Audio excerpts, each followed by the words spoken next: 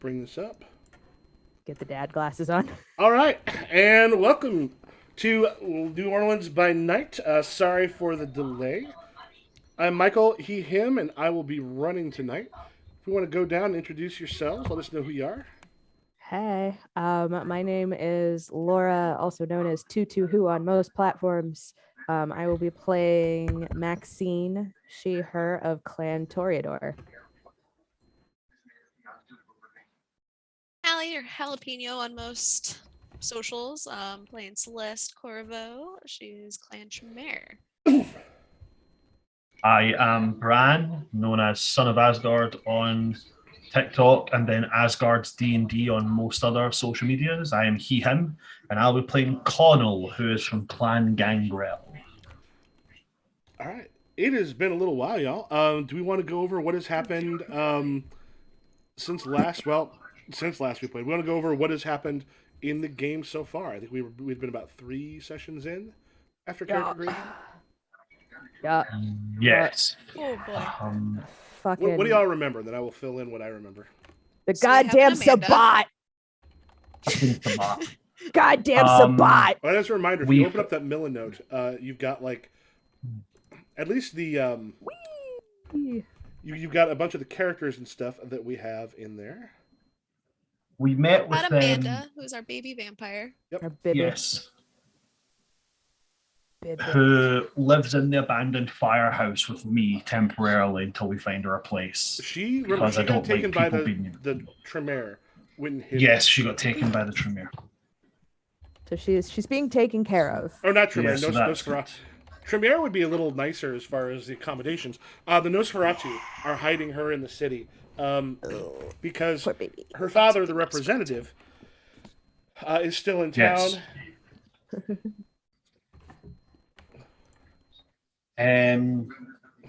What else? Oh no. We met with the head of the Camarilla.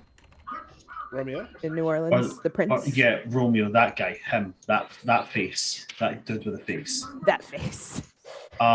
We met with him, and we kind of had like not like peace talks, but agreed on like truce lines and stuff while we investigate things and while they investigate things on their side. Mm-hmm. Their Nosferatu and our Nosferatu are going to talk in some way.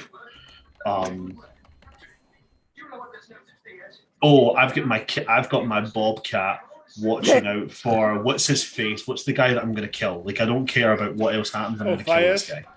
Fayez, Fayez and Sabina were the ones that were chasing Amanda at the beginning. Yeah, Sabina I could give 2 shits about, but apparently from the way that Sabina talked to me, I've got an idea that Connell and Sabine probably had some kind of have probably know of each other. But this Fayez guy,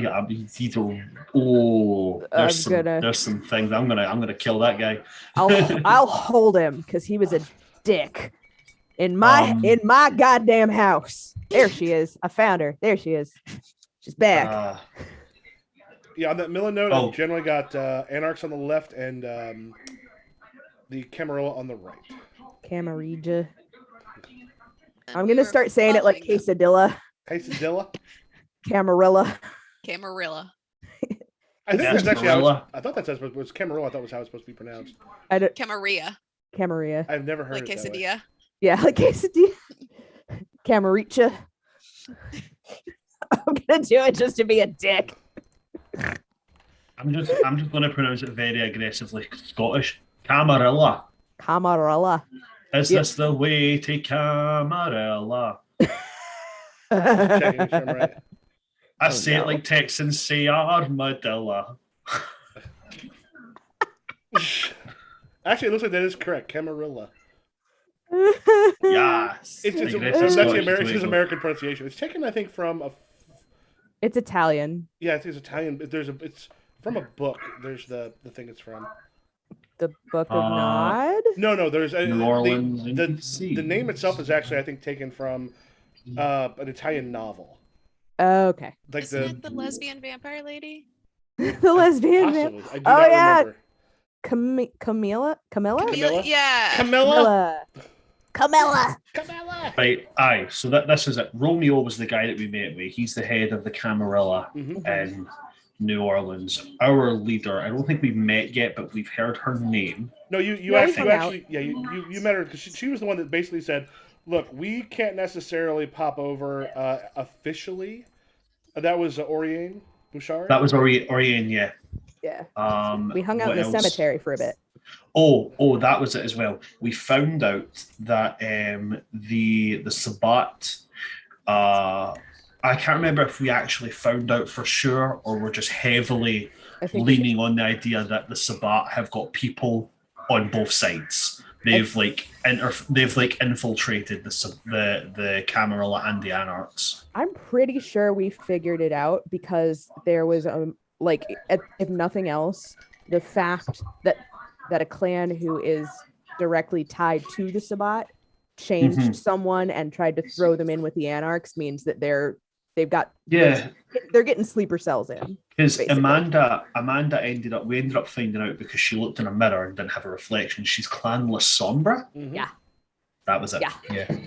Which actually turned out to be a godsend because her not being able to show up on video and tape and everything else means you don't have the daughter of a House of Representatives congressman going around. And the way that Sabine worded it when we first met Amanda was that they were chasing the blood hunt into our territory to get not me, but someone like me, someone of the blood hunt would have reputation and such. The blood hunt was for Amanda because not what I mean is to bait someone of like reputation into because when I talked about it, she ended up doing that whole thing of think about it, Connell, like think of the power and stuff like that, as if she was trying to bait it out. So we think they're trying to use, or Connell thinks that they're trying to use blood hunts as a way of getting higher, not higher ranking, but like more higher reputation kindred to break the rules. Well, to be fair,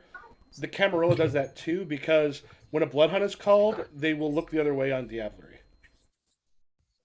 Yeah, but the Anarchs don't look the other way in Diablerie. They take Diablerie incredibly seriously. Yeah, the Anarchs tend not to, but the Camarilla, I think one of the things that she basically tried to be like, you want to be a little more powerful? You want to drain her? Take it, come on, because Camarilla won't care. Mm-hmm. It would make you a poison pill to the Anarchs. Connell doesn't give a fuck about, but people know him, and that's an issue. He old. He don't give a shit no more. Back in my day, let me guess, back before they had cars. Yeah, actually, back when there was still a Roman Empire. Back in my day, we didn't like the Romans, and people brought it up, and we get angry. Back in my day, when people tried to invade my country, they built a fucking wall. Oh no, wait, no. Connell's not Scottish. Connor's Irish. That was it. He's Irish. He's not Scottish. He's Irish. There he is. But yeah, the last thing that I remember us doing was literally us meeting with our Nosferatu tech whiz, who basically confirmed to us that the Sabbat's got sleepers on each side. I remember that's the last thing I remember. The motor park. Yep. Yeah, we went to the motor park. One of the things that we did there was kill someone who was a shitbag very, very messily. I chased someone from the forest, and they got into a car. Yeah. Well, so say two things. One, Brand, the look on your face when that guy is just like, look, man, I don't know how many bodies you've been a part of, but I think I've been more. Like, look on your face, you're like, oh, I'm gonna kill this guy. The dealer, the dealer. I don't know how many people. I don't know how many people you've killed, but I'm pretty sure I've done more, and I'm just like, dude. Yeah. It's fun sometimes. That's cute. It's fun to sometimes go, just take this one. This one's yours. Yeah, the guy that because I remember you were pissed off too that the guy you talked to in the woods, I can't remember why he told you he was out there, but then I think Celeste and Maxine overheard him talking to someone else, and they were working with the Lasombra. Yeah. Yeah, it's because that one was also invisible on the phone camera. It's because he gave his words to Connell that he wasn't going to lie, and Connell said, "No, my kind, we take this real serious. And then when Connell found out he was lying, Connell was basically like, okay, you're on the list, buddy. Yeah, because when Connell's like whole growing up thing happened, like the Picts were still a thing.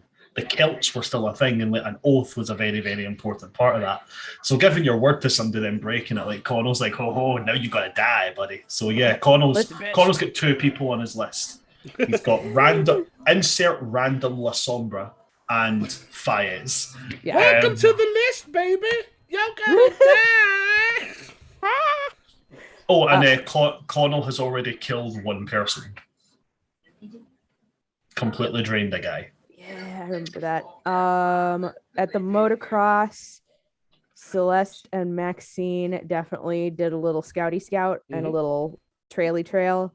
And that was when we snapped a picture and realized that the motherfucker driving the getaway car didn't show up on the camera. And then Celeste took my phone and stuck it in the bastard's pocket. Yes. So we could get our Nosferatu person to trail it. Yeah. Well, I think you actually had like the Find My Phone. Make sure you're Find My Yeah, Phone. I asked her if she had Find My iPhone and then took the phone. Yeah, she took the phone and then dropped it in the fucker's pocket. Yep. Which is fine. Yeah. Like it's been set up for that thing where if you get the password wrong so many times, it like so it'll be fine, but we'll be able to track it in the meantime. You don't have like a picture of yourself. Didn't you guys kill somebody at the? No, we got Amanda to kill somebody. Amanda's the one at who the killed Motor him. Park as well. Yeah, to make it real messy. Yeah, that was it because we wanted to bait out somebody. I think we wanted to bait out the Sabat.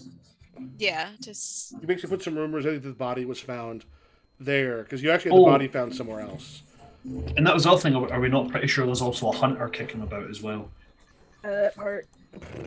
Yeah, the problem with the Sabat being in New Orleans is the fact that they have decided to do the dumb thing that never works, in which we're going to get the humans to come in and kill all of our competition. The problem with that being the humans come in and they kill everybody. So like once they get rid of the Anarchs and the Camarilla, your ass is also grass. Because that's literally never worked before. Yeah, because that's the thing. They're basically trying to bring out a second Inquisition on the Anarchs and the Caterpillar, right? Like that's basically how it's going. Very, very likely, and it's one of the big reasons that essentially in a lot of a good portion of both the Camarilla and the Anarchs got it worse than the Camarilla, but because of the second Inquisition came in, government funded a whole lot more firepower behind them and just wrecked the shit out of a whole bunch of cities. And also because to remember, the elders essentially got called away, like that compulsion that forced them to go basically from the Methuselah, calling in their power because they've got the power to do that. So a lot of those disappeared to go fight in some sort of a war that none of you are necessarily aware of. Yeah. Leaving a lot of the power structures in a lot of cities ripe, not only for people to come in and wars and stuff to happen, which then led to the Second Inquisition just steamrolling through a bunch of cities. Oh, it's a baby. It's a baby. It's a baby. Oh. Right, baby bedtime. You need to when I get out there, you need to keep that baby away from me because I'm gonna chew out her little face. I'm gonna eat her. She's so all the time, honestly. Sometimes when I'm left alone with her, because like I rock her to sleep in my arms, and when she goes to sleep, she does this thing where she sucks her bottom lip in like this. So I'm just like, I want to squish your wee face. Cheeks. Just squeeze the cheeks. Squeeze the little face. And she does that thing as well where she does that baby laugh, but she doesn't do the baby laugh with her mouth open. She does like this. And you're just like, I've never been so in love with a human being. Never. Why are people so adorable when they're little and then they grow into people? Like I remember in my wedding vows, I told my wife I can never picture myself loving a human being more than I love you. And then after that, I'm like, I lied. I lied. But the last thing I remembered was the phone in the pocket, driving away, Lasombra, Sabat, And that Fuck. was the I think that was the is where bomb we drop. ended. Yeah. That was the bomb drop that we ended with. Just And like, that's what you missed on Glee. Ta-da! I did a thing about Glee in my stand-up last night. All right. Fuck. So you are Yeah. you're at the dirt races. You got you got them going up there and doing the jumps and doing the race. You got all the people around you. Kind of, it's a hot night. Sticky insects are hitting kind of everyone but y'all. There's As nothing for you them see to the eat. the Lasombra and the two people that they were with. One of them's a fucking ghoul, right? Yeah, Yeah. Donna O'Hara and then Ray Bumgartner. You see them driving away. Ray, what? Bumgartner. Occasionally, name generators give you fun names. I'm a child. I'm sorry. Ooh. All right. So phone in pocket. Fuckers are driving away. We need to track that fucking phone right now. I don't have a phone to contact anybody, so that's gonna be your job, Celeste. I will look to Celeste and be like, "Can you do the thing with the magic box thing?" Got it. Just gonna press this. Do you want to track that right now? Should I look up? Do you want to do the Find My iPhone thing now, or do you want? Yeah, go ahead Okay. and do it now, and then we can get it to our tech whiz. Who was our tech whiz? Was it the Nosferatu? Our Nosferatu is Rita. Rita Okay. de Luna. So yeah, we're gonna do the find. We're gonna turn on the Find My iPhone, and then we're gonna let Rita know what's happened, so Rita can keep a closer eye. All right. Rita's better at that than we are. Absolutely. So, are you hanging around at the motocross park while you're waiting for the car to arrive wherever it's going? Walk. I think we can walk and talk. Yeah. Yeah. Yeah. So as you're sort of checking it goes into town, heads kind of a circuitous route. What you're checking to try to make sure that no one was follow from what you get, and finally, kind of a dingy, rundown neighborhood. Like, you know the neighborhood, kind of dingy, rundown. There's like some apartment row houses on that one, but you got the place where it has stopped.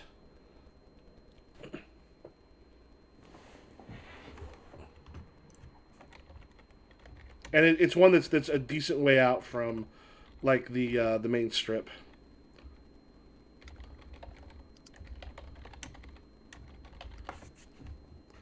What do y'all do? I'm gonna refill my drink and I'll be listening. So we're on our way to where we met with the rest of the Anarchs to find Rita. Am I right? Is that what I'm right in thinking? Yeah, right. So if we're on our way to find Rita,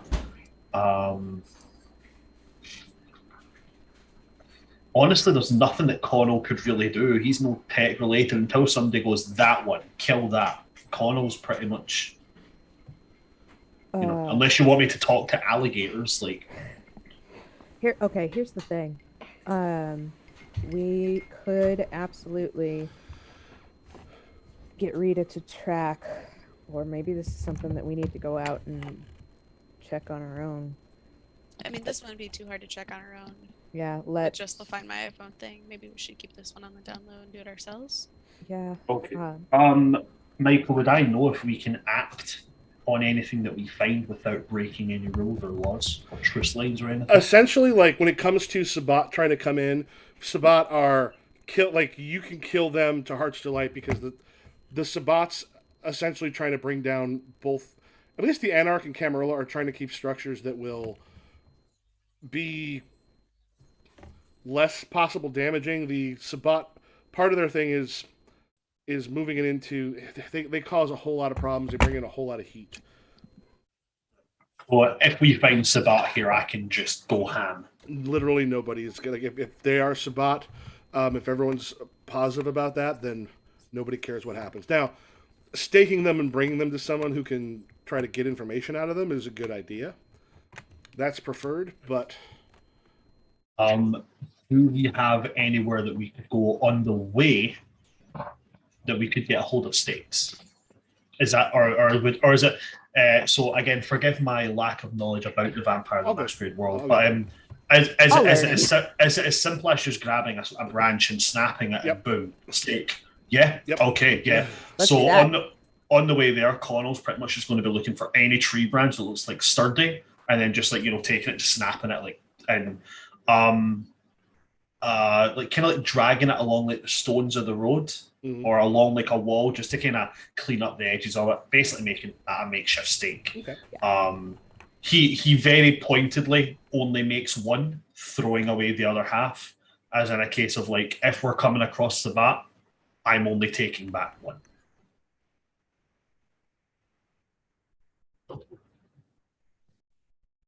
If the others want to bring back more, that's their prerogative.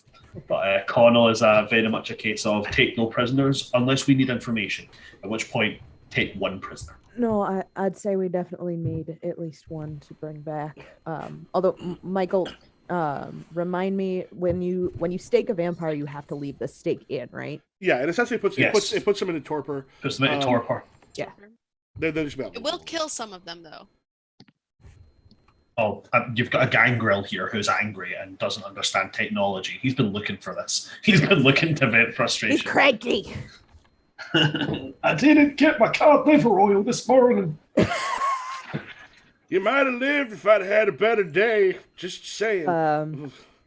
You know what? Maxine is actually gonna take the other half of that branch and make sure that she's got at least one, because that way, if someone tries to bite her face off, she can protect herself.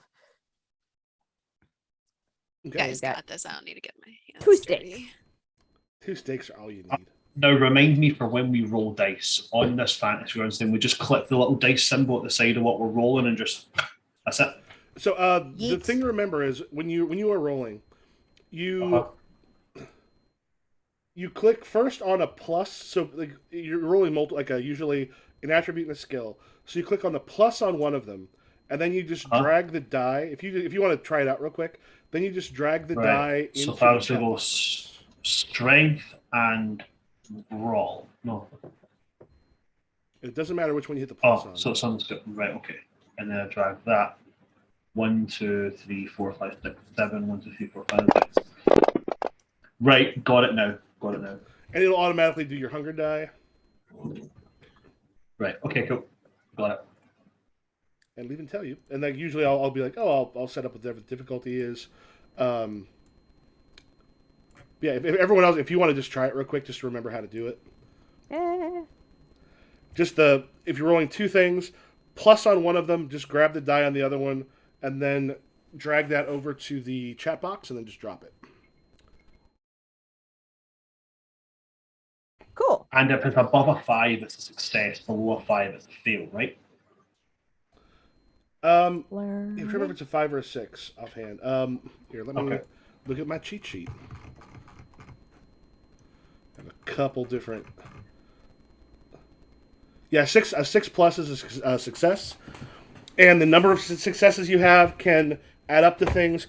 If you roll a 10, if you have multiple 10s, it becomes a critical success. If you succeed and have, like what Celeste just rolled, if you succeed and have a 1, which is what that little skull icon is on your hunger die, you get a bestial, either bestial or a messy success, which means you've gone too far, or a bestial failure, which means you start to show the beast part of yourself. Stuff goes badly. Yeah. They've actually made hunger a thing that is a constant little worry now, which I think is cool. All right, so you're headed to the row house. Yeah. We're following the trail. So the neighborhoods, as you start getting into those neighborhoods, you very quickly get to the point where there aren't a whole lot of streetlights that are unbroken. On the way there, they start turning real dark in this area. You go through, you see sometimes some groups of people on some of the stoops and steps. Kind of pay some attention as you go by, but as you drive past, they go back to their own thing. And then you find yourself, like, the rest of the areas you've gone through has tended to have some people outside. When you get in front of the place where you're showing that the phone is, In here, there is no people outside. It's got like a little square of these kind of row houses. There is a overgrown commons area between them with the grass, and there's kind of a bit of a broken down playground that's on it, and it is very dark in this area. And you know, like which, like not necessarily which apartment it's in, but you know which building it's in for sure. Hey, I think I've got something for this. Got something for this? I think so. I think I've got something that means I can climb a lot easier. It's in protein, so let's double check that. Ooh, do I want to risk it for? I'm gonna risk it for the biscuit. Yep. If you want to look back over what your character does, Yeah. this has been a little bit. If you got questions, let me know. Can I sense the unseen?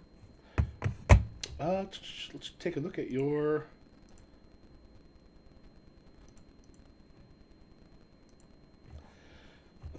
So supernatural hidden in plain sight. The problem with this is going to be if they've set something up outside of it, you'll see it. Now it lasts for how long does it last for? A scene?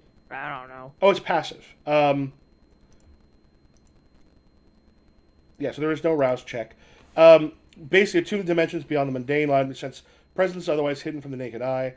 These mean anything from another vampire using obfuscate to someone who uses auspex to spy upon a character.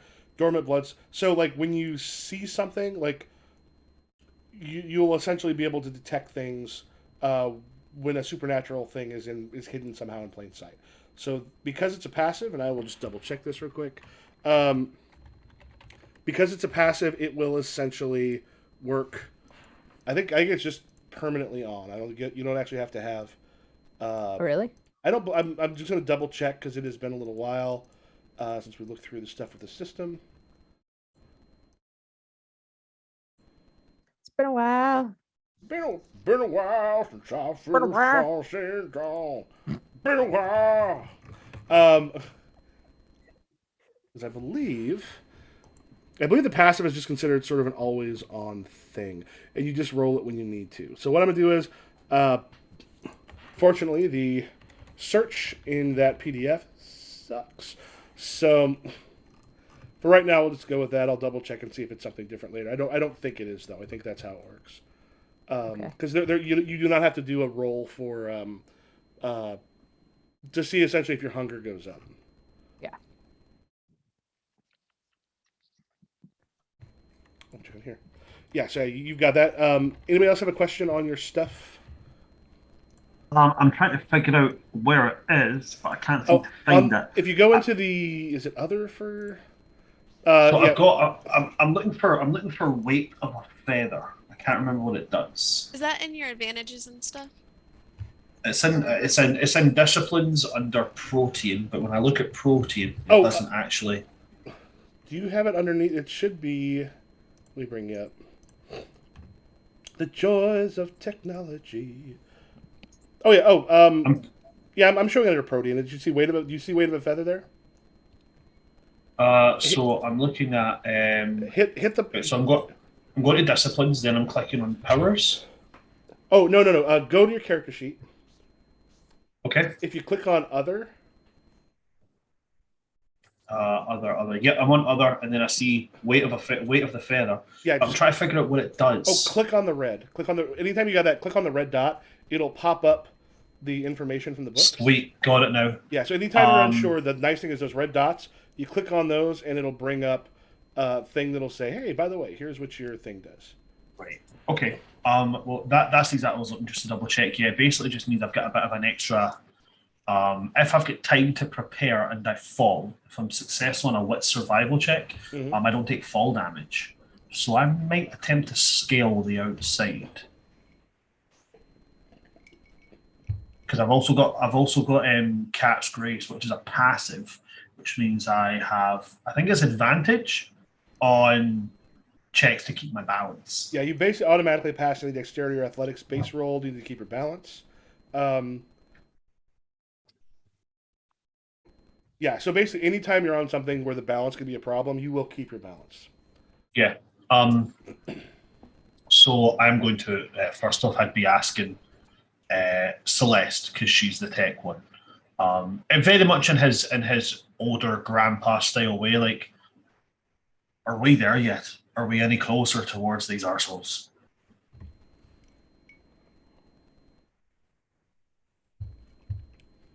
List. Sorry. What was that? It's less you can pick out the you can pick out the building that they're in. You just don't know where they're at in the building. Okay. And the building themselves it's 3 stories. There's 2 apartments, one on either side. And it's one of those you can actually see as you look in. It's got the glass thing going up. It's locked, but you've got like one over here, like a couple steps down into the bottom, then a little bit up to one, and then the one up on the third. Oh, it's a close. Sorry, that's what we call it in Scotland. Like you go in a door, and then on the ground floor you've got house, house, upstairs, house, house, upstairs, house, house.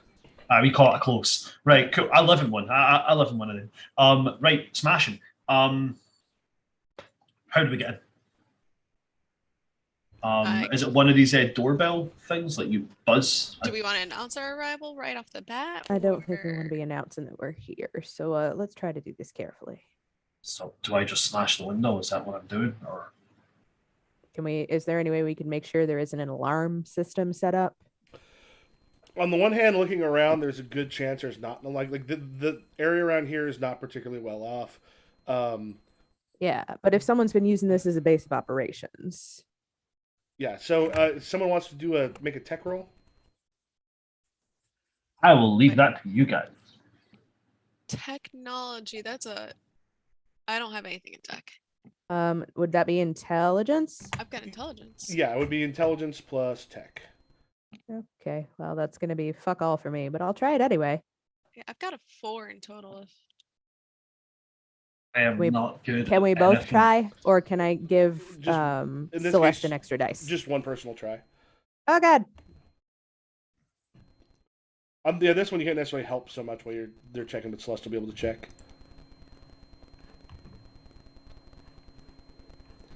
All right. Oh shit! 3 successes. Yeah, I did. Oh, wait, Hey. yeah, that would be a routine. So here's the thing: not only is there no, there is what used to be an alarm system that has clearly been gutted. As your sort of looking parts have been taken out, the buzzers themselves don't work. You kind of look at there's this point where you kind of just pop off the cover for it. You can see behind it a bunch of parts have been stripped and taken from it. It is not working.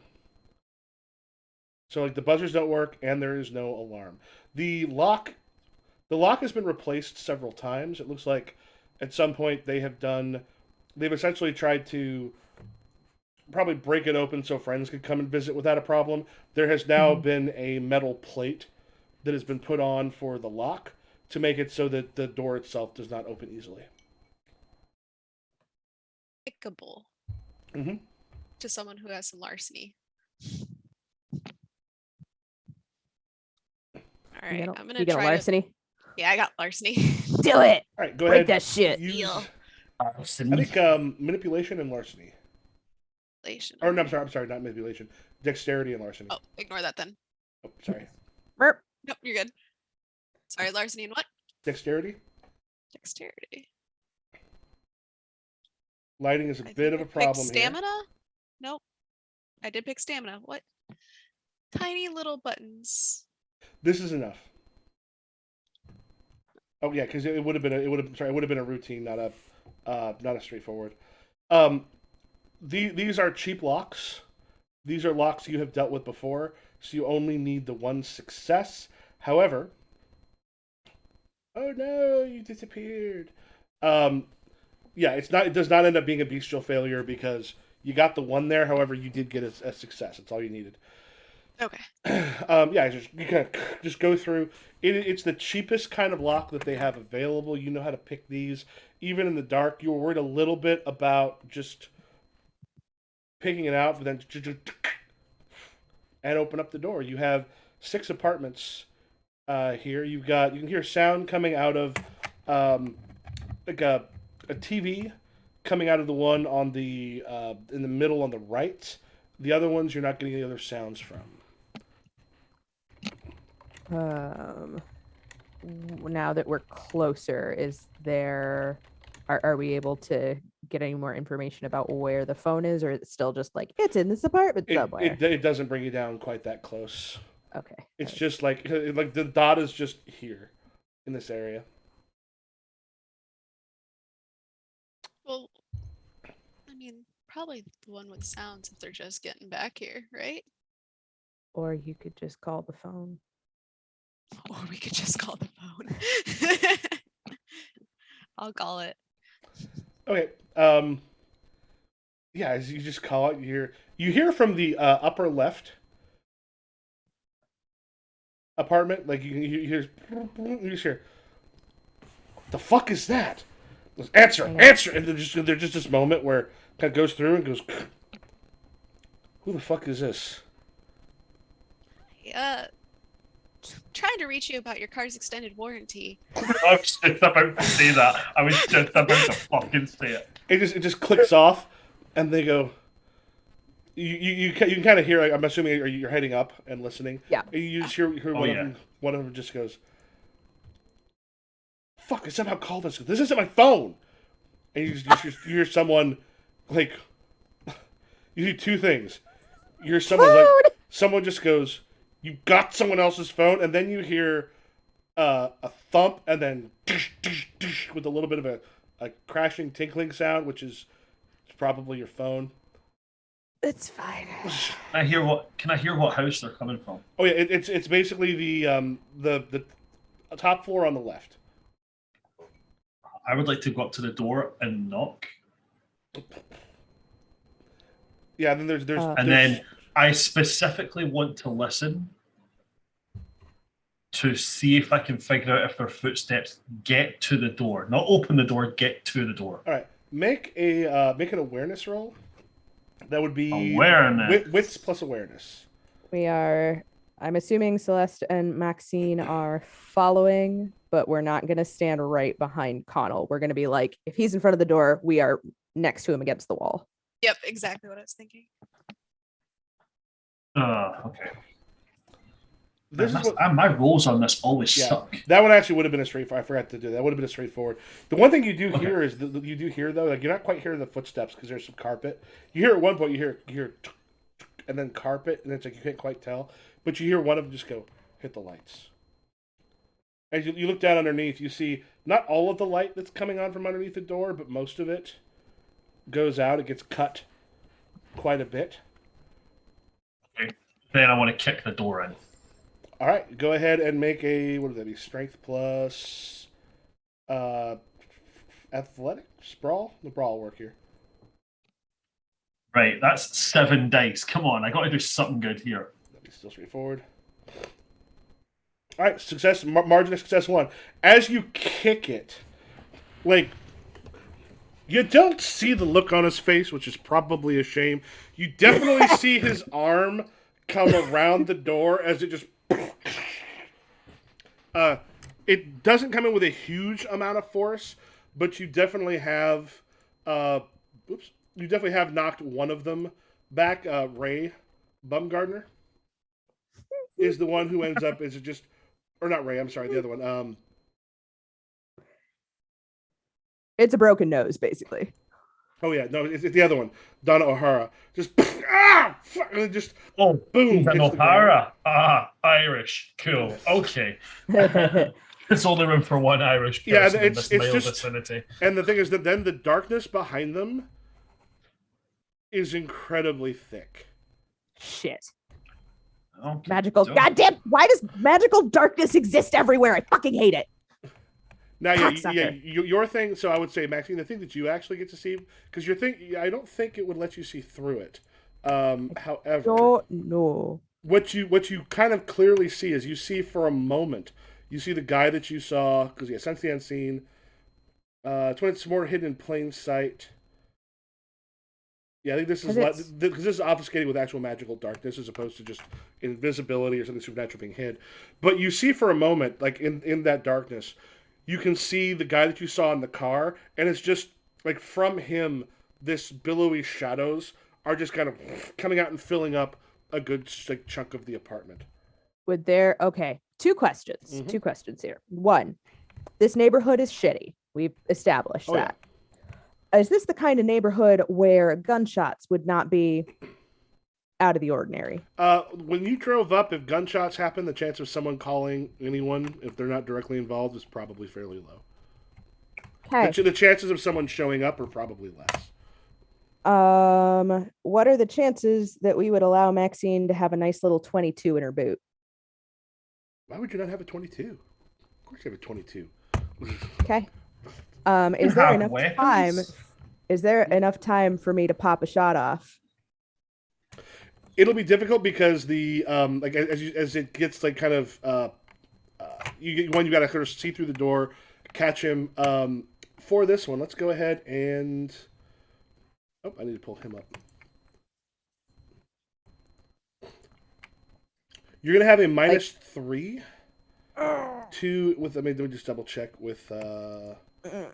Balls. I was hoping there would be enough time for me to see him as he's doing the creepy creep thing. Okay. As he kind of boom appears, as you pull, you can kind of do an aim. It's gonna be a 3 dice penalty when you fire.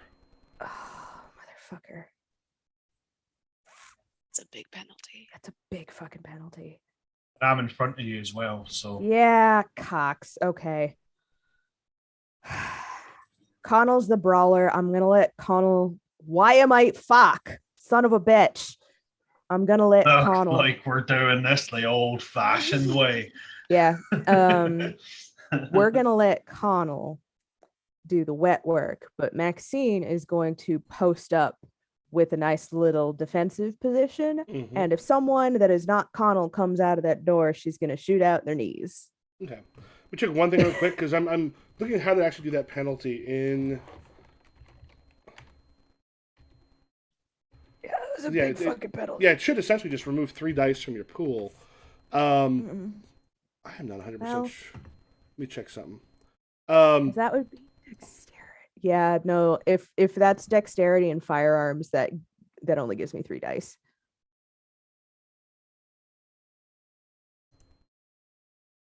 As opposed to 6. Out of initially. curiosity, well, that adds.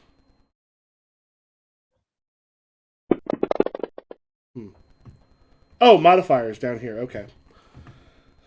I think if you click the modifier, then just click your dice as normal, then roll, and it should add Yeah, an yeah. additional So dice. I'm just the 1, 2, 3, 4. Oh yeah. So yeah, if you click the modifier like a -1 and then a -2, you could then roll. So yeah, that works.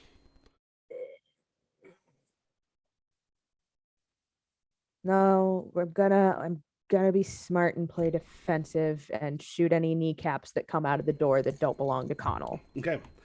Yeah, the guy at the door. Ah, fuck! And there's you hear a voice from the darkness. Just go. Anything you want besides the obvious? I'd like for you to get out of our fucking city. I'd like for people to not use so many of these phones nowadays. They're annoying as fuck. Okay, Grandpa. Don't you get me started. How we got here, Connell? It came in handy. Back in my day. Before there was a wheel. No, we had wheels. We just refused to use them. It was an English invention. We hated them. Pick it up and carry it. You pick it up and you carry it. God damn it. Your wheels were square back in my day. You just fucking dealt with it. I'm so sorry, Michael. No, why are you apologizing? No, Connell's going to walk towards this shadowy dude, specifically stepping across the door that is now currently got a person under it. Yeah, you just hear.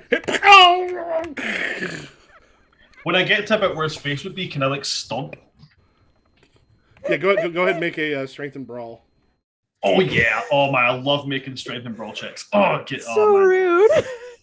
It's fucking cruel. You're so rude. It's fucking cool. It's great though. 3. It's a total of 3 successes. 3 successes. Yeah, you just hear, you gotta hear from underneath.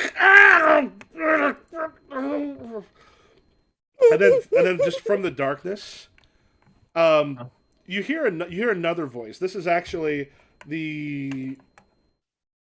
You talk to the ghoul. This is the other guy that Maxine and Celeste heard, because the guy that's underneath the door is the ghoul that you talk to in the. Oh in the yay! I forest can there. cut that guy off my list because he's a dirty fat liar. You hear the voice Hold on. of. Tap dance on the door. Hold on a minute. Did somebody start playing Scooter jumping all over the world? Like, is that what's playing right now? Yeah, by all means, please go ahead. There's just a moment where you hear a second voice, and this is the vampire that the two of you heard talking that the ghoul came up to. This is actually Dan O'Hara.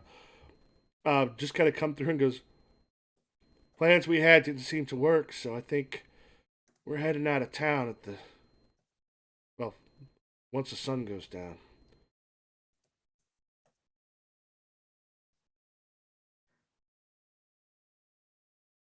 Maxine, do you have any questions for these arseholes before I decide which one of them I'm going to let live? Oh, well, let's see here. So let me get this straight. You roll in to our fucking city. You take a poor girl away from her family, put her through that fucking nightmare of being embraced, and just throw her to the wolves. Is that, am I picking up what you were trying to put down? We're hoping to stir up, and then this Lasombra goes, we're hoping to stir up a little bit of trouble. But apparently, that didn't happen quite the way we wanted it to. No, it really didn't, baby. In other related news, water is wet. While she's talking, I'm gonna take my little ritual dagger and cut my palm real quick, and I'm gonna use my corrosive vitae ability and make that blood acidic, and I'm just gonna stand on the door and let it just drip acid down onto the door and through it.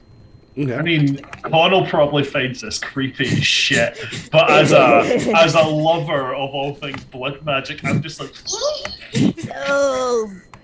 I love it when she does creepy shit. So, if we're to be believed, then you want to bring the Inquisition down on all of us, because you realize that once they get through the Anarchs, and once they get through the fucking Camarilla, they will go through any what is it? What is it? What is it that they call us? What is it that those Inquisition bastards like to call folks like us? Pick any number, savages. Monsters, what? Blanks. That's it. Blank bodies. See, there was always one of those names that I really liked, though, Maxine. That monster one. Isn't it fitting? Yeah, because some of us. And I'm going to take a step forward again. As this happens, you see something appearing very. Here, I'm going to pull up the PDF. Just remember, make sure I'm looking through my things. You see something in the darkness start like flipping at you. It is a shadowy tent. Oops, I don't think I got that right. Are you about to get Arms of Hadard? We're mixing medias here, kids. I don't care. Close. Gross. Gross.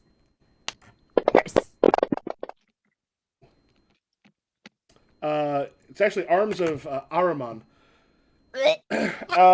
From the darkness, and I'm actually going to have him do a. I don't like it. I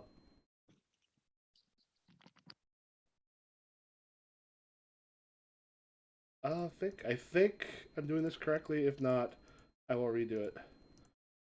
I'm using his willpower. You can just do 3. From the darkness, this thick tendril of shadow just is coming to slam kind of against your chest. Now, this is going to be done as essentially it's a melee attack. Fight. For you, because it's coming from the darkness, you're gonna have a -3. But if you want to make a strength plus brawl to essentially block it, Okay. Strength plus brawl. That's only 4 dice. 2 successes. all right, there was 2 successes from. So yeah, as it comes forward, it is a lot of strength and such behind it. If you want to tell me how you block or get out of the way, or what is it that you do? I want to like from the stance he's got, he's like almost like combat ready, but then as he notices it coming towards him, he goes very, very feline in his composure and how he holds himself, and he almost like bats it aside with his hand, but his hand like as he does it like curls like into like a claw as he bats it aside, and then that's when the kind of bestial side's going to come out, and that kind of low growl is going to build in the back of his throat. But yeah, it would just be a matter of like batting it aside. Okay. What are the rest of you doing? Is it the whole room is filled in darkness, or is it just that one fucking corner? No, basically, like the entryway has got like a little bit of light there. Like there's some coming from the kitchen that's right next to it. But beyond that, it is like dark shadows from anything that you can see. Okay. Is Connell still standing on the door? Yeah. Well, Yeah. yeah. Are you still on it, or have you actually moved off of it? Literally just taking a step off the door when this was done. So if he's launched an attack, then no, I'd be essentially I'm standing on this guy's face. Just there's a door between me and his face. I want the fucking ghoul. I want the ghoul. I want him out of the room, and I want to smack him in the face with my gun, so we've got somebody to take with us. That's cool because I'm about to springboard towards this voice that I heard as soon as I can. So if Connell's gonna do that, and if he's able to get off the door, Celeste, can you help me get this motherfucker out from under the door? Yeah. Cool. Okay. So We're gonna do that. We're gonna let the wild boy do the wild boy thing, but we're gonna take the ghoul. All right.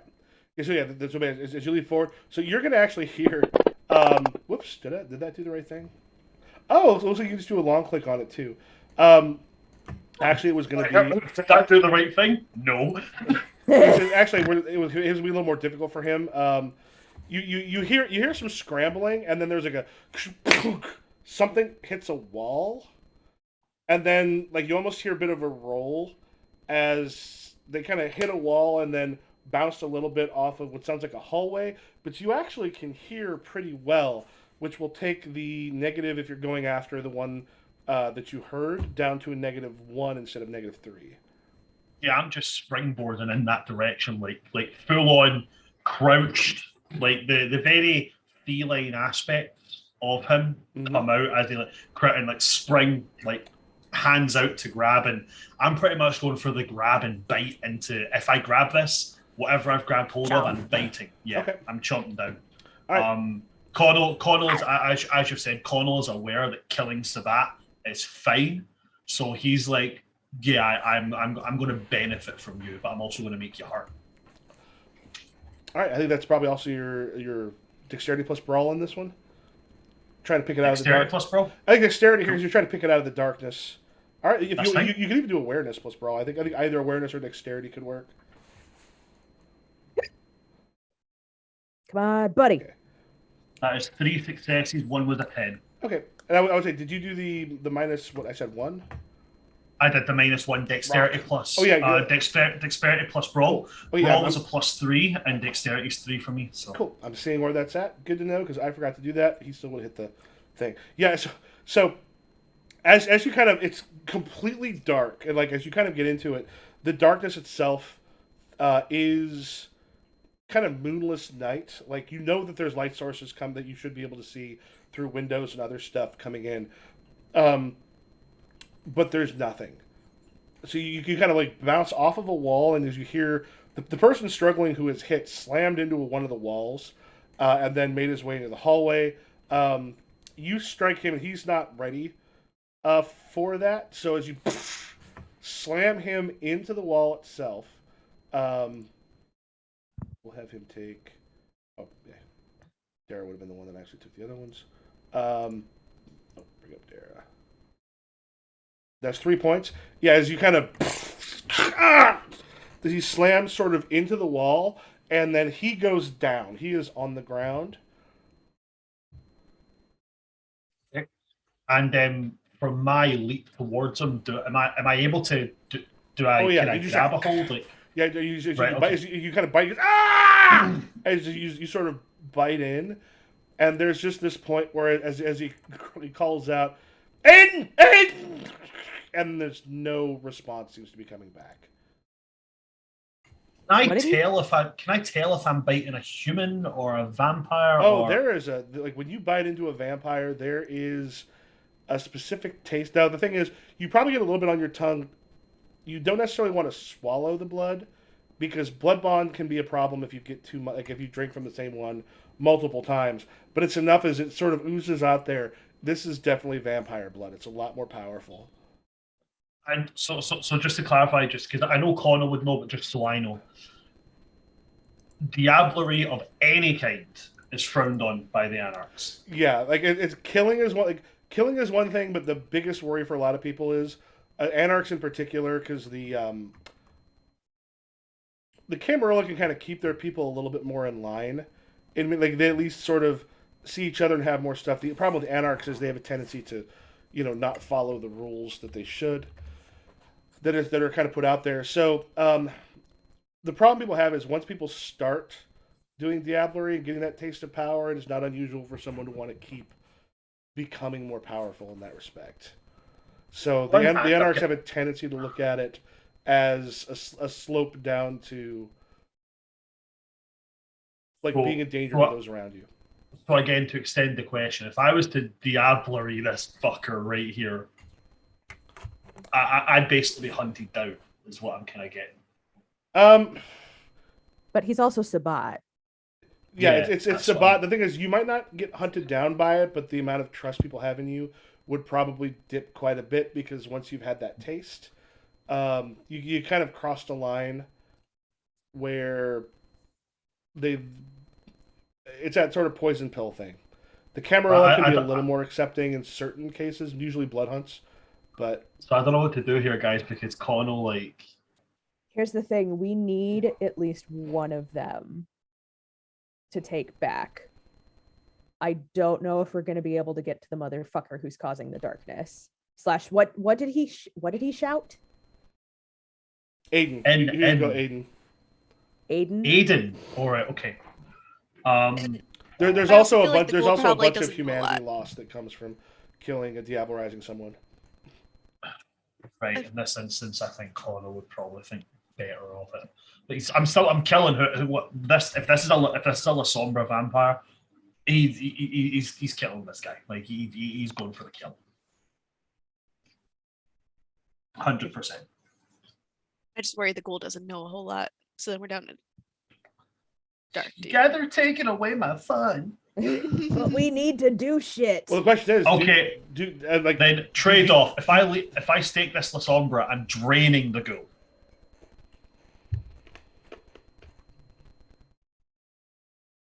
Like somebody is getting merked tonight. Somebody's getting merked. Okay. Well, now that Connell is off the door, can we drag the ghoul out into the hallway? Yeah. You kind of pull him out. He's like, ow. Aiden. Oh God. I'm gonna rip off some of my, I don't know, shirt or something and just shove it in his mouth temporarily. He's just eyes wide, sort of looking. Connell, what do you do with the? So the question is, do they start hearing you kill him and then say something, or are you waiting for? I don't know. I mean, right now, obviously, as you said, he's bitten. He's got that taste on his mouth. So, I mean, in animal descriptions at this point, the pupils are dilated. The He's pupils have turned. The pupils are turned into slits. I mean, I imagine at some point his bestiality would be coming through now. So like the beard's kind of spreading down his neck a little bit. The kind of running along the shoulders a little bit. Do you want to see if they can claws stop? coming out? Do you all want to do a thing and see if they can maybe stop you from killing him? Because at this point, you two will notice the shadow is creeping back. Like the shadow is no longer filling up the entire apartment. It is now creeping back, showing them on basically in a hallway. Shit. Connell, we need answers. What would that roll be to snap out of it, basically? Wits? Yeah, if you want to make why would you make a humanity check? Oh, humanity. I have 6 humanity. How do I roll humanity? How do you roll? Or If you just want to maybe grab 6 dice. For the dice, the easiest thing to do is if you left click and then right click will add 1. Oh, okay, got it. 6. Let's do this. 2 10s and a 9. Yeah, so that means critical success. That counts as 4 successes. Oh, yeah. So that's 5 successes. Well, it's 4 successes. 3 successes for the 2 criticals. Because 1 critical is just a success. 2 criticals is 3 successes. I believe it's 3. Right. And then the 1. So yeah, 4. Like at this point, like you have the beast is not taken over. Right, at that point, I would kind of turn around, like snapping back at Celeste's voice. I mean, I imagine from the bite, I've got some blood like around my mouth. Yeah, it's not 3 successes. It's 4 successes for It's 4 successes for a crit, not 3. So yeah, 5 successes total. Okay. You are very much in control. Snap back, blood around the mouth. The kind of the eyes snapping back to human-ish, almost as quick as they went away. Before I'll kind of reel back. Take him. Groan really loudly, but then take the stake and try and aim for the heart. Yeah, not just. Yeah, and it's like just kind of through the back. And then he just goes completely stiff underneath you. Gonna get some weird PTSD from that. Shit. Okay. Is the ghoul still struggling? Yeah. He's not struggling now. He's just sort of looking wide eyes. He's just seen his stake Bumgarner. And he's just eyes sort of wide, and just Donna just sort of looks or rather, sorry, Celeste. Donna, and then Ray's like. She's so Maxine's gonna kneel on this fucker's throat and put her gun right between his eyes. I'm gonna need you to stay real still and real quiet. Do we have an understanding? Yes. Good boy. Celeste, see what you can do about the shadowy motherfucker. On it. I'm gonna start heading into the shadows since they're retreating, right? So yeah, the thing is, in the shadows, as you sort of head back, you can see them kind of go into one of the rooms. And it's dark in here because all the lights have been turned off. But as you kind of peek your head into that room, the room itself is completely free of shadows. I mean, it's got the regular shadows coming from the outside. The fact that there's, like, a bit of light from far off, casting a tiny bit in here, not a whole lot. I'm gonna bite my lip, and I'm going to use my Scorpion's Touch ability. Mm-hmm. I'm gonna bite my lip hard enough to draw blood into it and make a poison out of said blood in my mouth. Okay. That requires a hunger check. Gnarly shit. It is gnarly shit. Blood magic, man. Yep. Fucking yeah, give me 2 minutes just to bite my lip and suddenly become a space marine. Fuck you. Full on goddamn velociraptor, that shit. I know, man. Fucking great. Yeah, so like Black Widow, somebody like make out with someone with the poison and kill him. Oh god. Oh my god. Oh. Ellie. That'd be fucking cool. Yeah, it would be fucking Rad as cool. fuck, but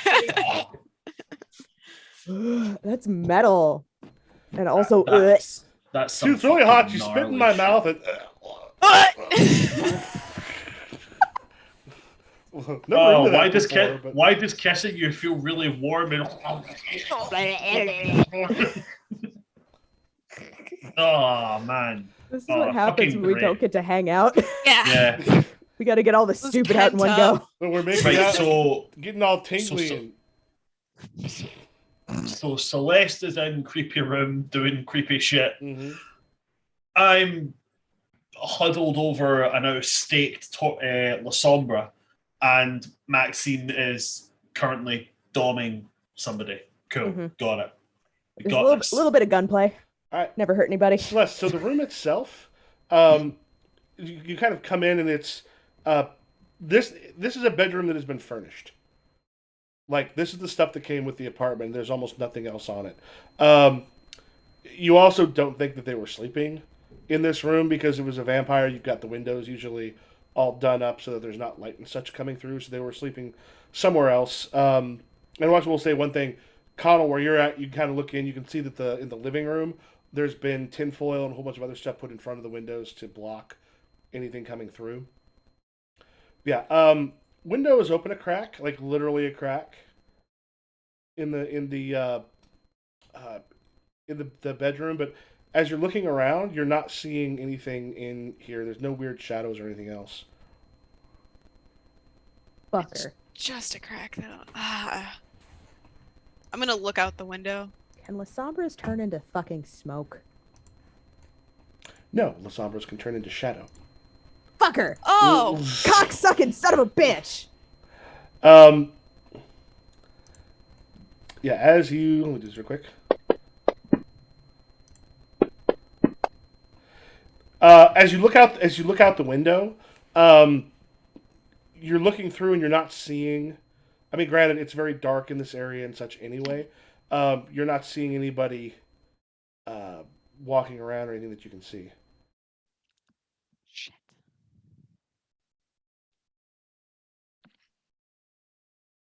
Connell, how did your bobcat track people? I think it got away. Well, generally, Fusion would need something to track them by scent. Well, But we're in an apartment full of stuff. remember, like he's a feline. Like they're not like bloodhounds. Oh, Can't do it in the Weird. greatest of manners. are you sure you can't just nose down and Just gonna allergic to look cats? really, really, really like he's got a look in his face. It's just like, how do you survive waking up? He survived like, with a phone. it's the old man look of like, you know, when you go to your granddad and like, yeah, I got 20,000 followers on TikTok, and your granddad's like, Huh? Huh? Is that the good? clock is TikTok. I heard a It's number. 2:05. It's 2:05. Is that what you want? He's just looking like, I don't know how to, you know, cat's not knows well. All right. Well, he's gone. Well, we have one, and I'm going to point to the staked Lasombra. Are we sure it's a Lasombra? I mean, it's a vampire. I'm assuming Lasombra. I mean, he's a Sabbat. Well, what clans do we know that are typically part of the Sabbat?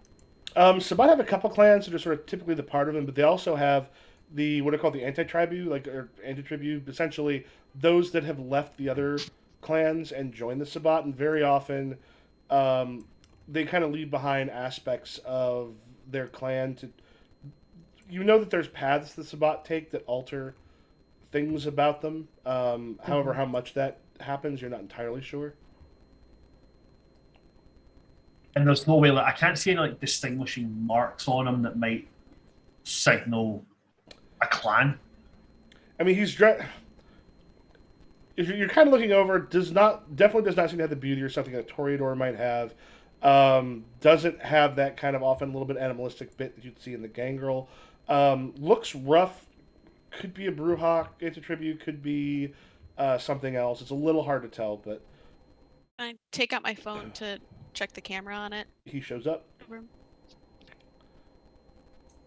No tattoos or anything anywhere that would be distinguishing. There's a bunch of tattoos, but as you kind of go through, he looks like he was probably made fairly recently because the tattoos he's got are all there's like a lot of them. You can kind of tell it's an '80s tattoo.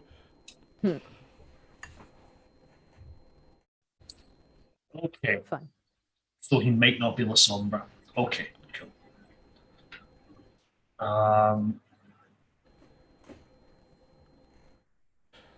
We also So have, I'm just gonna drag him out, just like grab his foot and just walk out, dragging him behind me to meet up with Maxine and the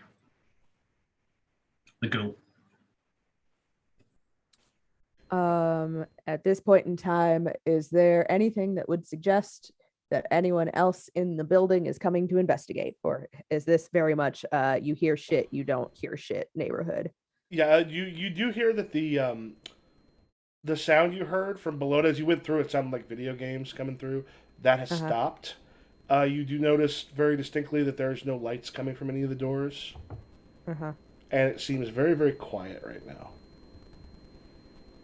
I think we might need to get out of here. That's your talking box thing. Can it get a car here? We've got our car. We've got, Oh, what's yeah, his we name? came in a car. My dude, Anthony? Oh, the Russian dude. The Oh, I love him. yeah, our little Eastern European buddy. Trying to remember, was he somebody's? Yeah, I can't remember what his fucking name was, but he definitely had an accent. Yeah. Is it Antonovic? Is that ours? Antonovich. Antonovich? Antonovich. That was it.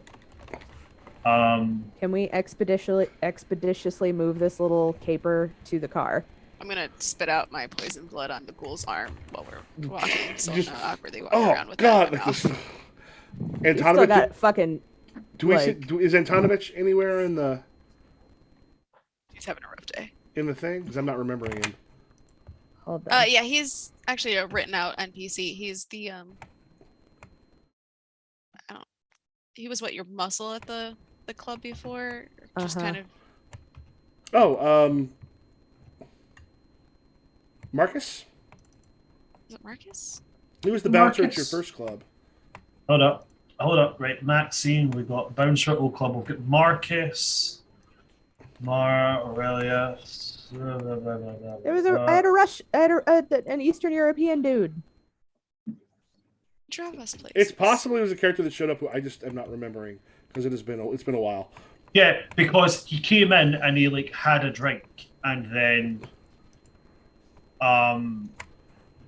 what you call it, he came up and like brought all of us drink and then like when we told Amanda like she had to like, you know, blend in a bit and he brought her clothes.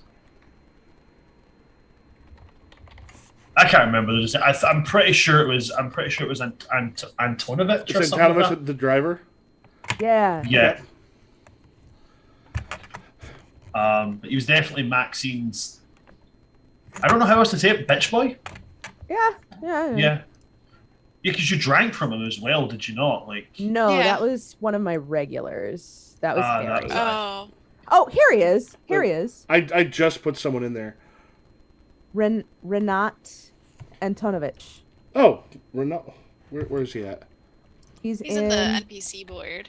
Yeah, the little center box thing.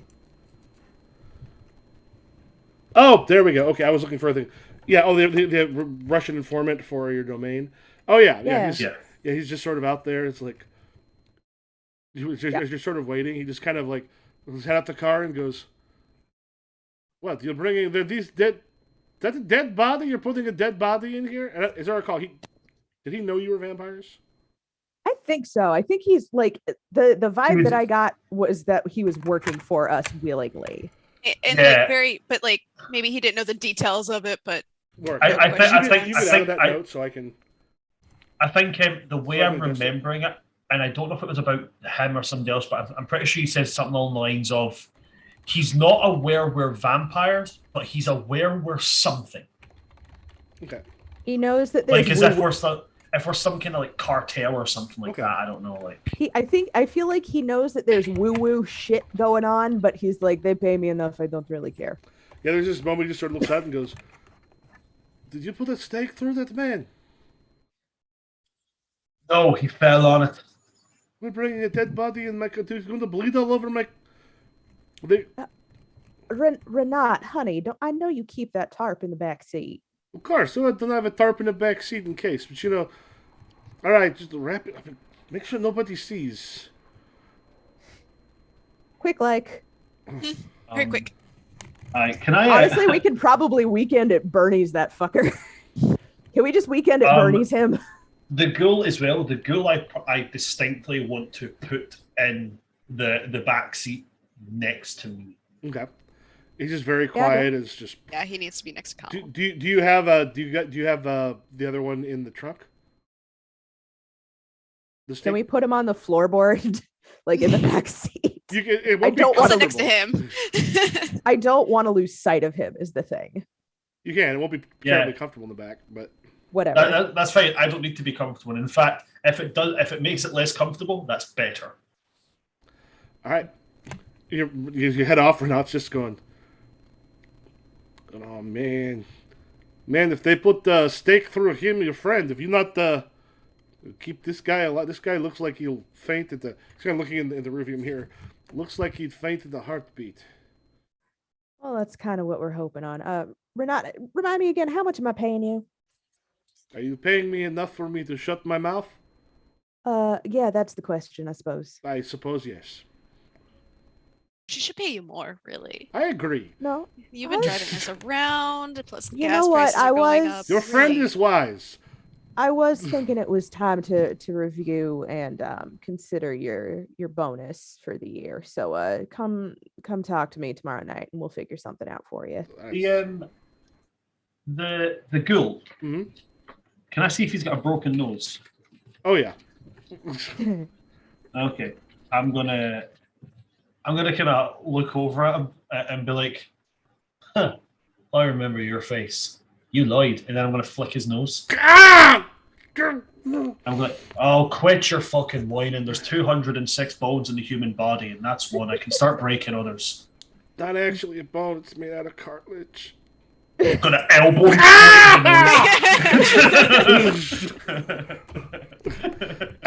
I was hoping there'd be back up. I like backed up. Can we Celeste, darling, can you let Orianne know that we have a lead on the Sabbat? And we might actually be able to bring her a little present. Are we bringing them there first, or do we want to bring them somewhere else beforehand? I don't know if your club would be ideal, but That's the issue. It's going to be a little busy tonight, and well, if we bring them straight to Orianne, that means that we might be able to get answers faster. cool. That might lead if there's Sabbat there. We can take them to my house. Or we could take them to Connell's. It's out the way, it's abandoned, there's lots of space, and if people hear screaming from there, they'll probably just think it's animals. If you're all right with that. I'm assuming that people that see it are not going to believe in a condition of remembrance. So on this one occasion, it'll be fine. All right. I still think we should let the higher ups on the chain know that we've got Oh, something. no, we have to make them aware. I want it fully sanctioned if I'm going to do anything to these fuckers. And I'm going to look at the one next to me and just grin. Celeste has been like starting to text Orianne and been going back and forth, like rewriting the text 100 times as we decide what. We where are exactly. we are taking them to Connell's abode. We have a potential Sabbat kindred and a ghoul who has been working with. Cut to Orianne just looking at her phone, looking at just the dot. The fuck's she gonna send me? One line. An hour later, as the text is still coming, did somebody try and teach Okay. Connell how to text again? Maxine also hasn't taken her gun off of the ghoul.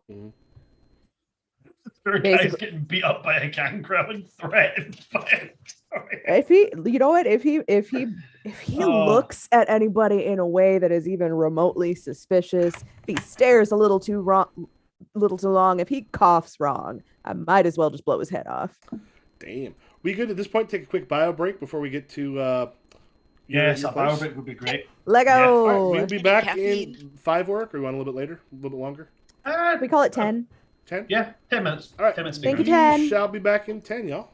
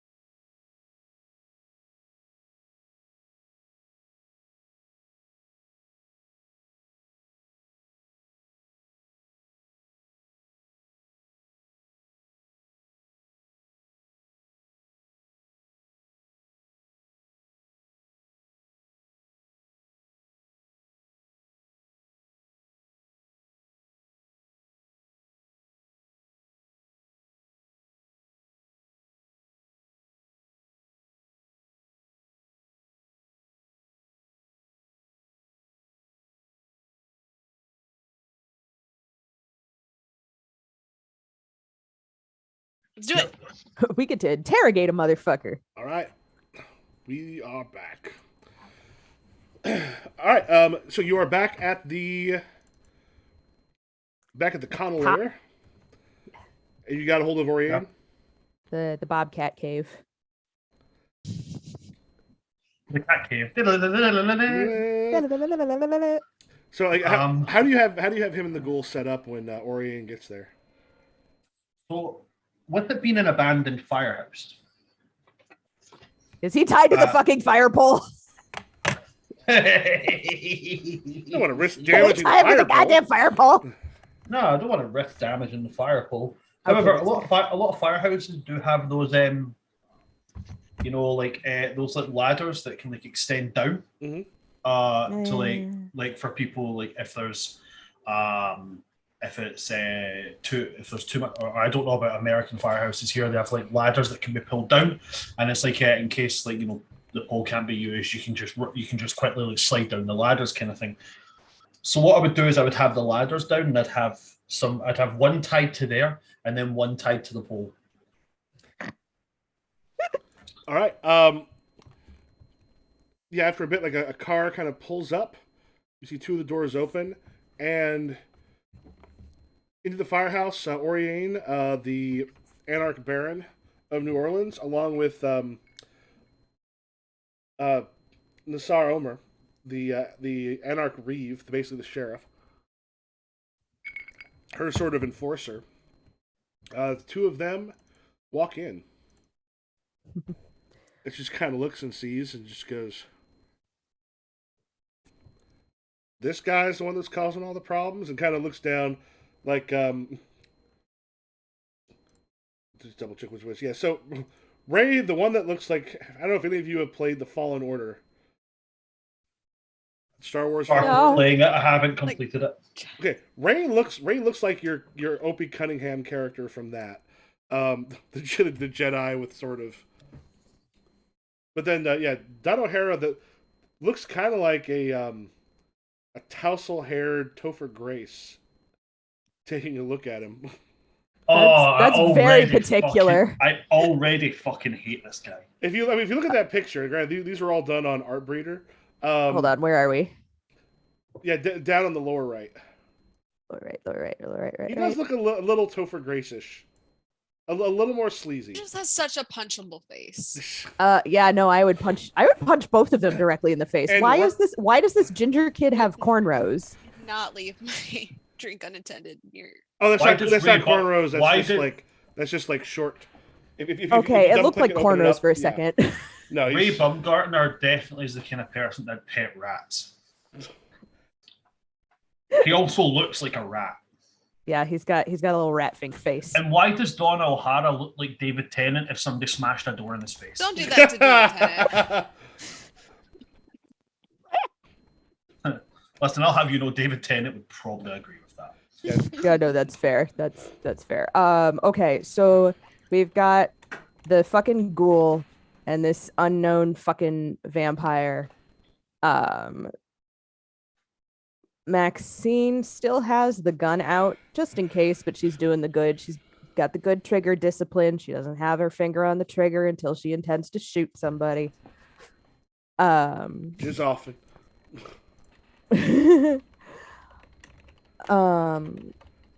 Well, we've got as far as we can tell, Orion, there is one Lasombra who, by the sound of it, did want to stir up some trouble with the Inquisition, but I think he's been properly discouraged. For now, at least. I heard the name Aiden. I didn't hear what you said. They call the name they shouted when they were in there was Aiden, wasn't it? It was. Yeah, So like Raid sort of Aiden. yeah, so when they come in, Connell is gonna mention that, like, we might not have caught the Lasombra, but we do have a name, Aiden.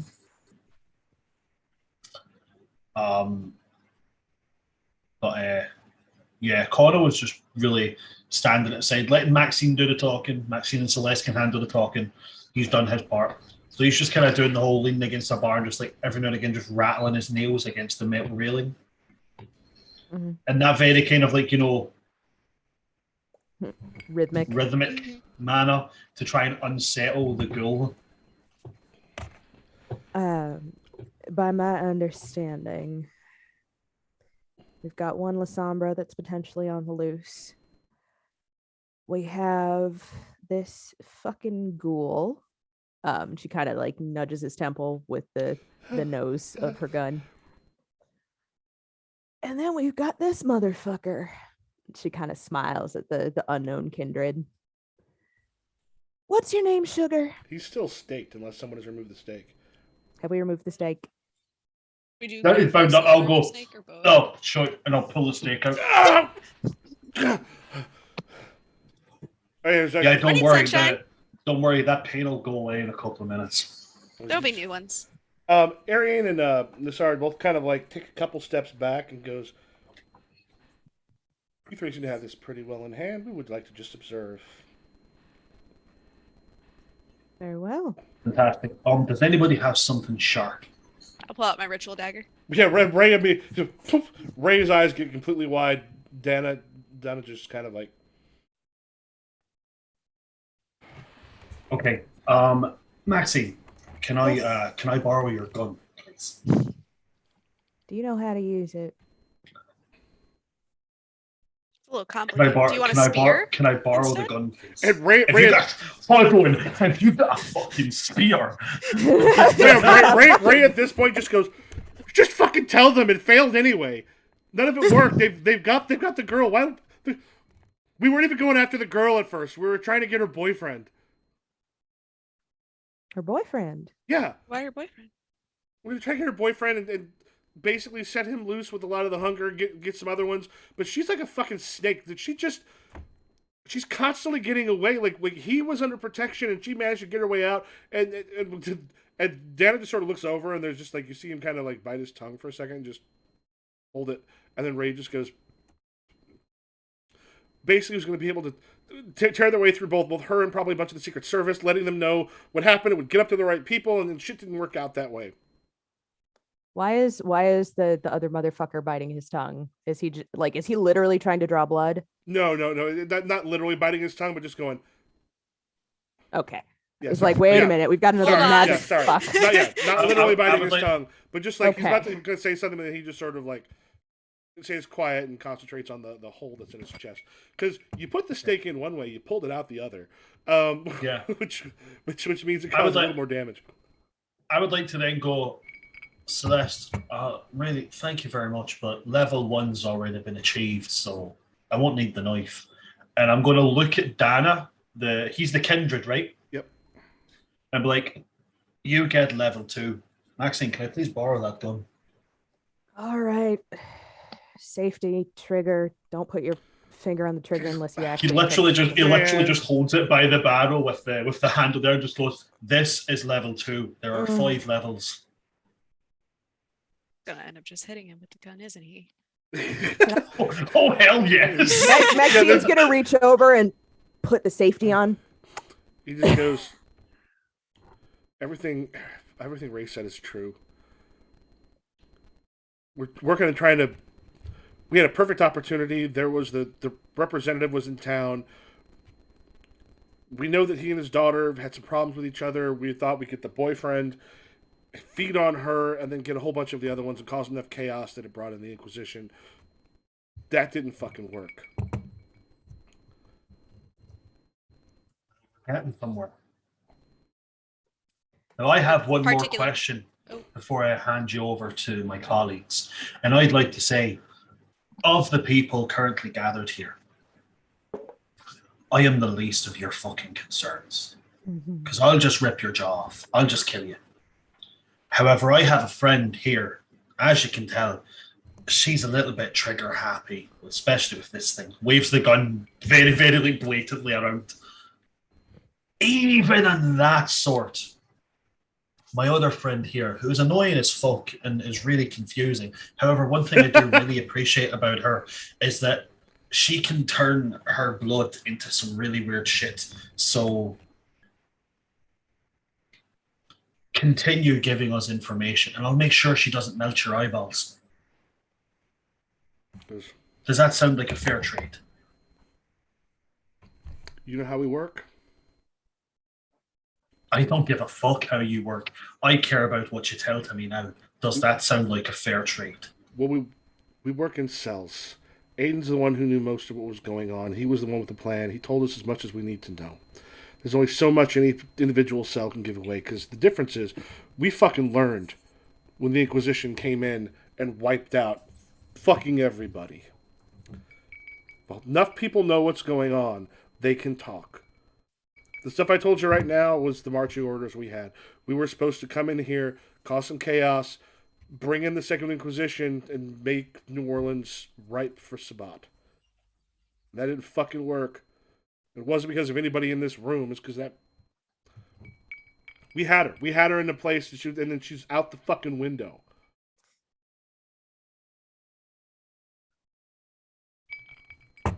Hey, Where is Aiden staying?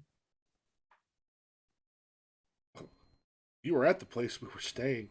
Where is he going? I have no fucking clue. Can you Is there a reason for contact? that representative's daughter specifically? Because she and her dad had a bunch of problems. We knew that she had a tendency to get away from the Secret Service because it had been pretty well publicized.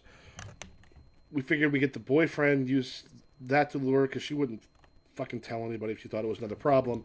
The boyfriend, however, apparently is goody fucking two shoes, is trying to do the right thing. Her fiance, she kept fucking talking about her fiance. It's her fiance, not her boyfriend. difference between boyfriend and fiance. It kind of gives you look. They were gonna get married. Oh, his betrothed. Yeah, I don't know why he fucking listened because his dad's. I mean, if anybody was gonna be racist as hell, it'd be his dad. But apparently, they get along pretty well. Or her dad rather. But apparently, they get along pretty well. So we went after the boyfriend. We couldn't get him. She went out one night. We got her. We were trying to get her. We're planning on getting her back to them when she turned, but You're not going to be getting her anywhere. She's with us now. good luck keeping her. Apparently, she's been slipping away from the Secret Service for a decade. We think gonna she'll look be at Orion inclined real to stay quick. with us. Does Orion react at all to what he's talking about? The two of them are just sort of sitting back listening. Y'all have got a pretty good handle on this so far. So,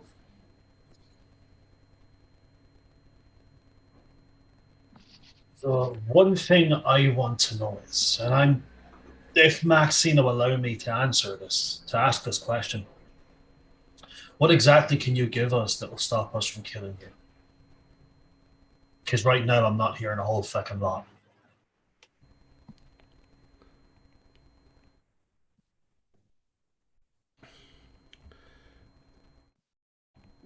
I mean, your little buddy over there, I'm going to point at the ghoul. He's on fucking borrowed time.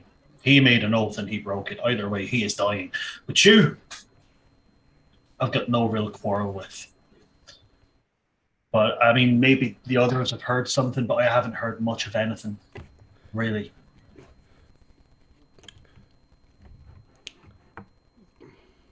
There's a cell in Gainesville. Cell in Gainesville I used to work with before I started working with Aiden. I can point you there. I don't. They switch us up sometimes. Specifically try to make it so we don't fucking know shit. And so you were in Gainesville before you decided to rat bastard your way on in here. Is that correct? I got assigned with Aiden. Aiden's got a whole bunch of the higher ups looking. He's important. He's powerful. I can't believe we fucked this up. Well, I can.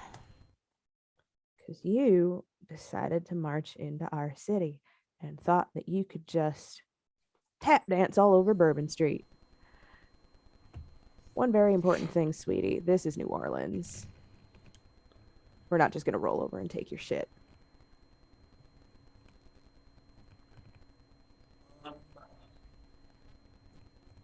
I look at Orion and see if there's anything else that they want. She kind of takes a step forward at this point, and she goes, "We can make sure that information's good before possibly letting him go." Possibly. And then she sort of smiles, and goes, "It better be good if he wants to survive." And then looks over at the ghoul and goes, "We can question him a bit." And she kind of like goes over and just leans down and gets real close to his face and goes, "Lucky for you is a lot of people look at ghouls as just sort of pets. You are disposable. Because you're disposable, people fuck up and say shit around you they shouldn't. So and she just kind of like reaches out and tips the tip of his nose, we are going to get very closely acquainted while I find out what you know." And then she kind of just turns and goes, "Everything he said about the Sabbat is how they work. Have one person in the cell who knows what's going on, have the rest of them relatively ignorant. It keeps them safe, kind of all around.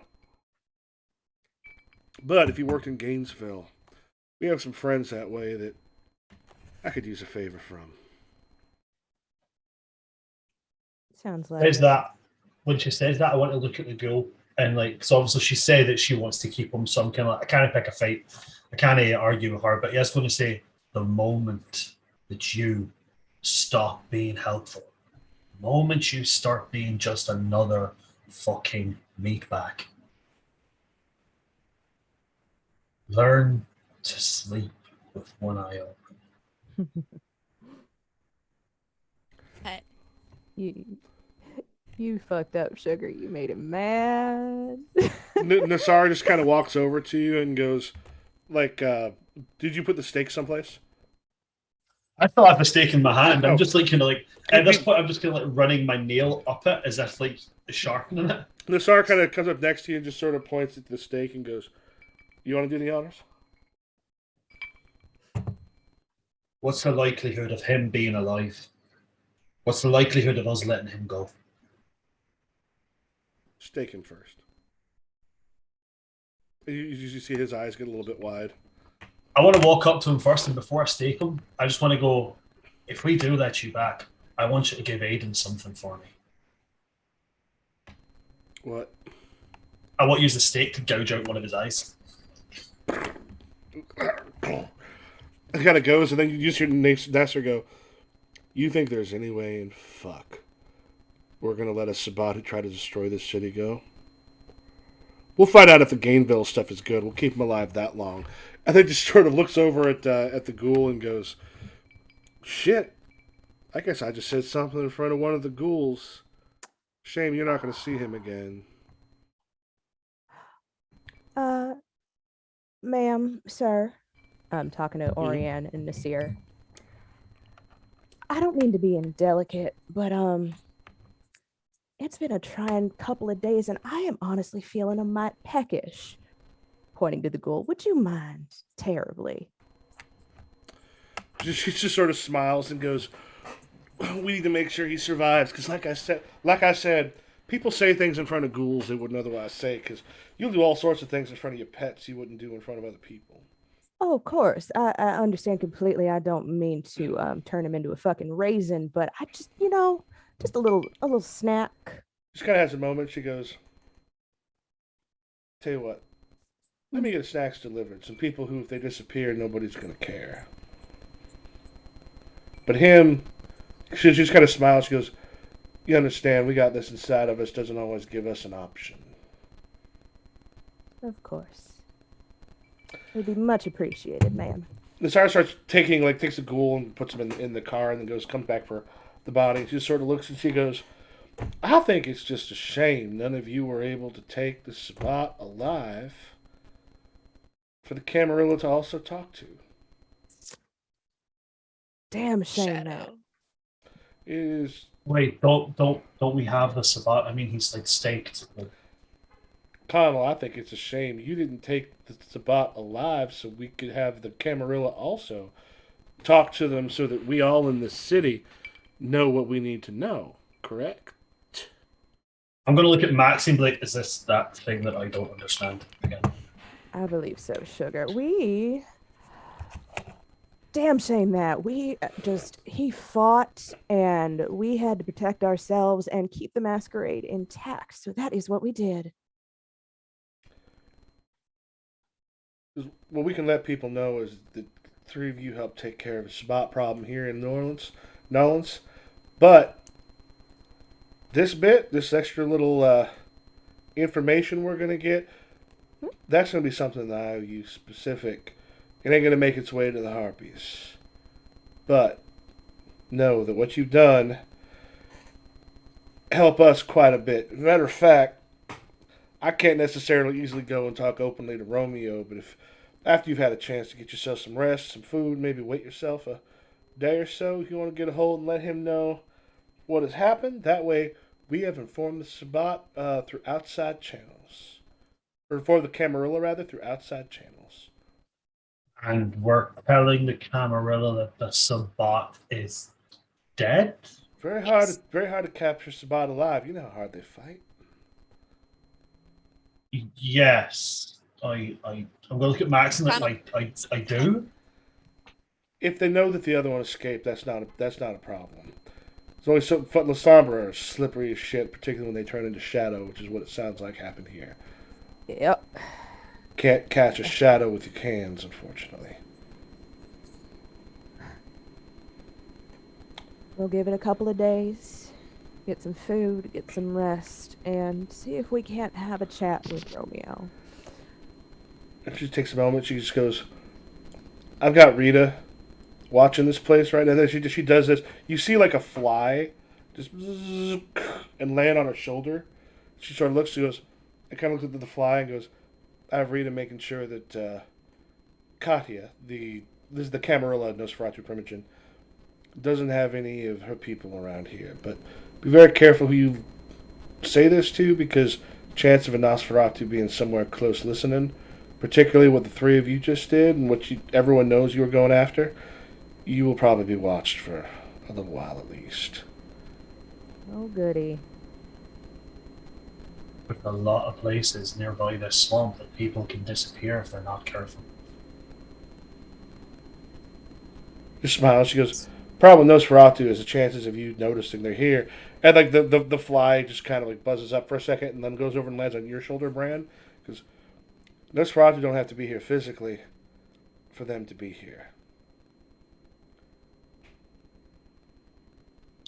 My apartment's warded if you guys would like to stay with me, but it's also haunted, so you have to deal with my roommate. That's Steve. Before we start playing a World of Darkness game where we all play ghosts and Ali plays her own roommate. Hey guys, my roommate did this weird thing where she started spitting blood at people. Someone brought up recently on TikTok, I need to double check Wraith because it's been a while, and I think it'd be an interesting one to take a look at. Yeah. Maxine is going to look at the little fly familiar and just kind of wiggle her fingers and be like, "Hi, sugar." The only thing you know is it's probably not a familiar, because I think it's Connell, you have animalism, right? Connell, I'm able to communicate on a basic level with most animals, but I have a familis. Yeah. Pushin, who's a bobcat. The one thing I have a bit more of an extended repertoire with. The one thing you'll be aware of when it lands, you're pretty sure that is not a familiar. The fly, the familiar is probably being possessed right now by a Nosferatu. Regardless, she's gonna kind of wave at the little fly buddy and be like, it's just letting the light fly just sort of like takes one of its things and just, and then just sort of heads off into the darkness. And Oriane just goes, shiver down the spine sometime. You never know when one of them's watching. It's how they know everything. It's like someone walking over your fucking grave. That happened before. Really? How do you think they found me? No, that's fair. That's fair. Just knocking away, or how'd that go? It was weird. It was like, have you ever slept for so long you wake up and you just question like, what year is it? Yes. Well, I did That's that literally. That's fair. We we'll lay low as best we can, Yeah. ma'am. Yeah, just Oh, be yeah. careful. Be careful who you talk to. I'm gonna find a new place to live now. She just kind of smiles. She goes, "Chances are, if you find a new place to live, they'll find you. It's more about what you're saying. Right now, we've got this place checked out. You're fine, but they can only put that many eyes on you so often." Connell really does not like the idea that more than 3 people know where he lives. He's like, I fucking hate this. Yeah, There's too many. There's too many. I only have 2 cups in this place, guys. There's a reason for Two that. cups! the lights from the car kind of come on, and she goes, "We owe you quite a bit. If you would let Romeo know what's happened, I would appreciate it." Yes, ma'am. Sort of Should we wait here for the entertainment or just yeah, I think we can get some delivery. thank you, ma'am. Goes up and uh, gets into the car and heads off. And before too long, you actually have a car comes up, and it's one of the other anarchs. Kind of opens the door, and in the back, you have there's like 3 frat guys in the back who both look kind of drunk. And the kindred that kind of gets out of the car just sort of looks and goes, "Believe me, what they did, no one's going to give a fuck." And you see Maxine's eyes kind of go big and dark like a cat that's staring at a Christmas tree light. Mm-hmm. And the fangs drop out. And this is probably the most animalistic that anyone's ever seen her because this is her bailiwick. Oh, thank you, darling. You don't know how much you just made my day. Grab one of them and yank him out. All right, are you draining them all the way down to 0? Oh, I'm gonna kill one of these motherfuckers. While Maxine's doing that, have they been like charmed or anything, or are they aware? No, they're drunk. Like they are. Just shit can drunk. Yeah, they got shit can drunk. Looks like they may have been in a fight. Can I try and point one of them toward like because so when we described like my old firehouse was like been abandoned and there's like it's near the kind of like swamp area. Mm-hmm. Can I point one of them towards it and try and scare them into running? Yeah, the one that you kind of get out, just like, do you just? I'll just drop the fangs, animalize everything. His eyes get like wide. Ah! And he just kind of like goes backwards, trips, falls, but immediately is up and running out towards the swamp area. And then I'm just going to look toward Maxine's for left and start taking off my shoes, like taking off my boots, and then I'm sort of like, I'll be back, and I'm going to hunt him.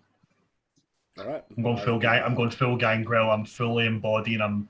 This is like he never got to kill the one he wanted. He never got to kill the Sabat, so he's letting the beast out a little bit. He's like that's pretty much what's happening right now. Yeah, the beard spreads down the neck. The hair kind of runs down the shoulders a little bit. He's letting a little bit of the inner animal out. Okay. Actually, can I? Before I rip into the assaulting little bastard, can I activate awe? Yeah. There's just a moment where he just. I want him to look at me like I am Aphrodite incarnate. Does awe, I'm assuming awe has a rouse check.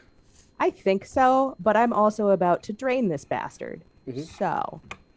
Yeah, I remember how much. What is the blood? Let me just double check the.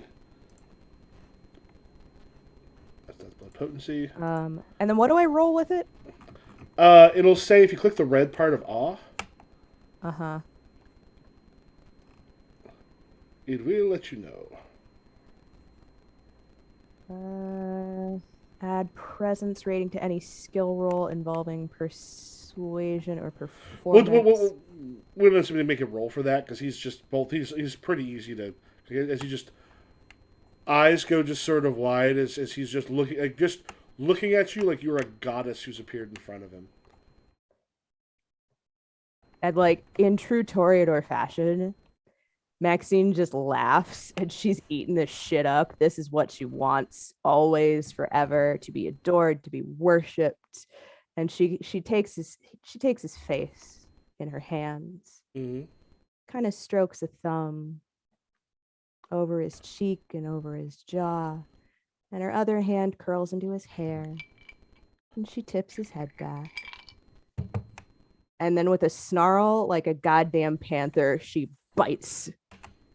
All right, and Celeste. Celeste is gonna be sitting cross-legged on top of the car. So when the last one stumbles out of the car, she's just gonna lean over and grab him by the nape of the neck and pull him up Mm-hmm. and just chomp on him, just hanging out. She's always been a subdued kind of feeder, so. All right. Who has a humanity above 6? I do. Give yourself one. Humanity. Give yourself My one. humanity is 6. Give yourself one stain. Yeah, I have 7. So 1 stain. Mm-hmm. Okay. How do I do that? Oh, just underneath your humanity, there's a little thing that says stain. Oh, what does that mean? Oh, so basically, you get like. I'm gonna be honest. The humanity rules in here are not well done. What it means is though, at the end of it, A little weird. It's not weird. It's just like so. It ties into your. This is one of my problems. Like they fixed the hunger. I like what they did with the hunger. However, your convictions are supposed to be a thing that can threaten to give you stains with humanity. Except the way that they're used and how often they come up, and often the way they're written, they come up so rarely. They don't really matter that much. Okay. Well, Certain things will happen Okay. here, so it just means at the end of there's a roll you have to make at the end of the session to see if you possibly lose some humanity. It's unlikely with one stain. Michael. Yep. Question though. Mhm. What is being inferred is the fact that these gentlemen got out, got drunk. Given where they are and the kind of partying that tends to happen, I'm assuming that they did something to another person that would be considered punishable. Possibly, but there's still the humanity in taking a human being, and you're not sure what happened. Okay. Like I said, it's unlikely with one stain. It is unlikely anything's going to happen there because normally it's like I don't know where they think a ton of stains are going to come from unless everyone's being very specific about it. But yeah, so like it's unlikely anything that's going to happen. Based on Maxine's question, follow-up question, what if one of your convictions is literally punishing people who behave like that? Because one of my convictions is literally the way it's worded, preying on the weak doesn't make you strong, it makes you prey. Is that usually pointed out towards other people? Because is that part of your thing to sometimes protect others? Yeah, that's what I'm saying. So they made us aware after what they've done, nobody will miss them. So he's now thinking they've actively preyed on somebody else. They've looked at somebody as smaller than them and tried to treat them as prey. So now I'm going to make him my prey, which is why I did the whole thing of like, I'm going to make him run into the swamp so I can actively hunt him. Also, it's possible, but you also never know entirely if they're being if what you're being told is the truth. Could be Right, okay. like I said, it's unlikely anything's going to happen here. No worries. But yeah, it is one of those things. Like certain things, usually, like if you kill, they're outside of very specific situations. There's a thing where I think it can possibly come down. It will probably not happen. Okay. Yeah. Maxine is going to drain him. Okay. She's going to kill him.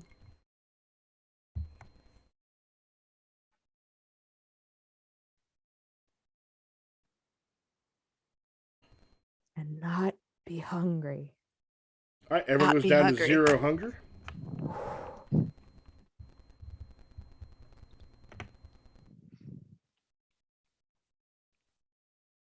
Yeah, after about 10 minutes, you guys would more than definitely be able to hear like full-on animalistic howling, roaring coming from the cloth. Isn't it so convenient that we have this natural habitat with which to dispose of these bodies? So nice. So And then nice. when you can speak to gators. Right?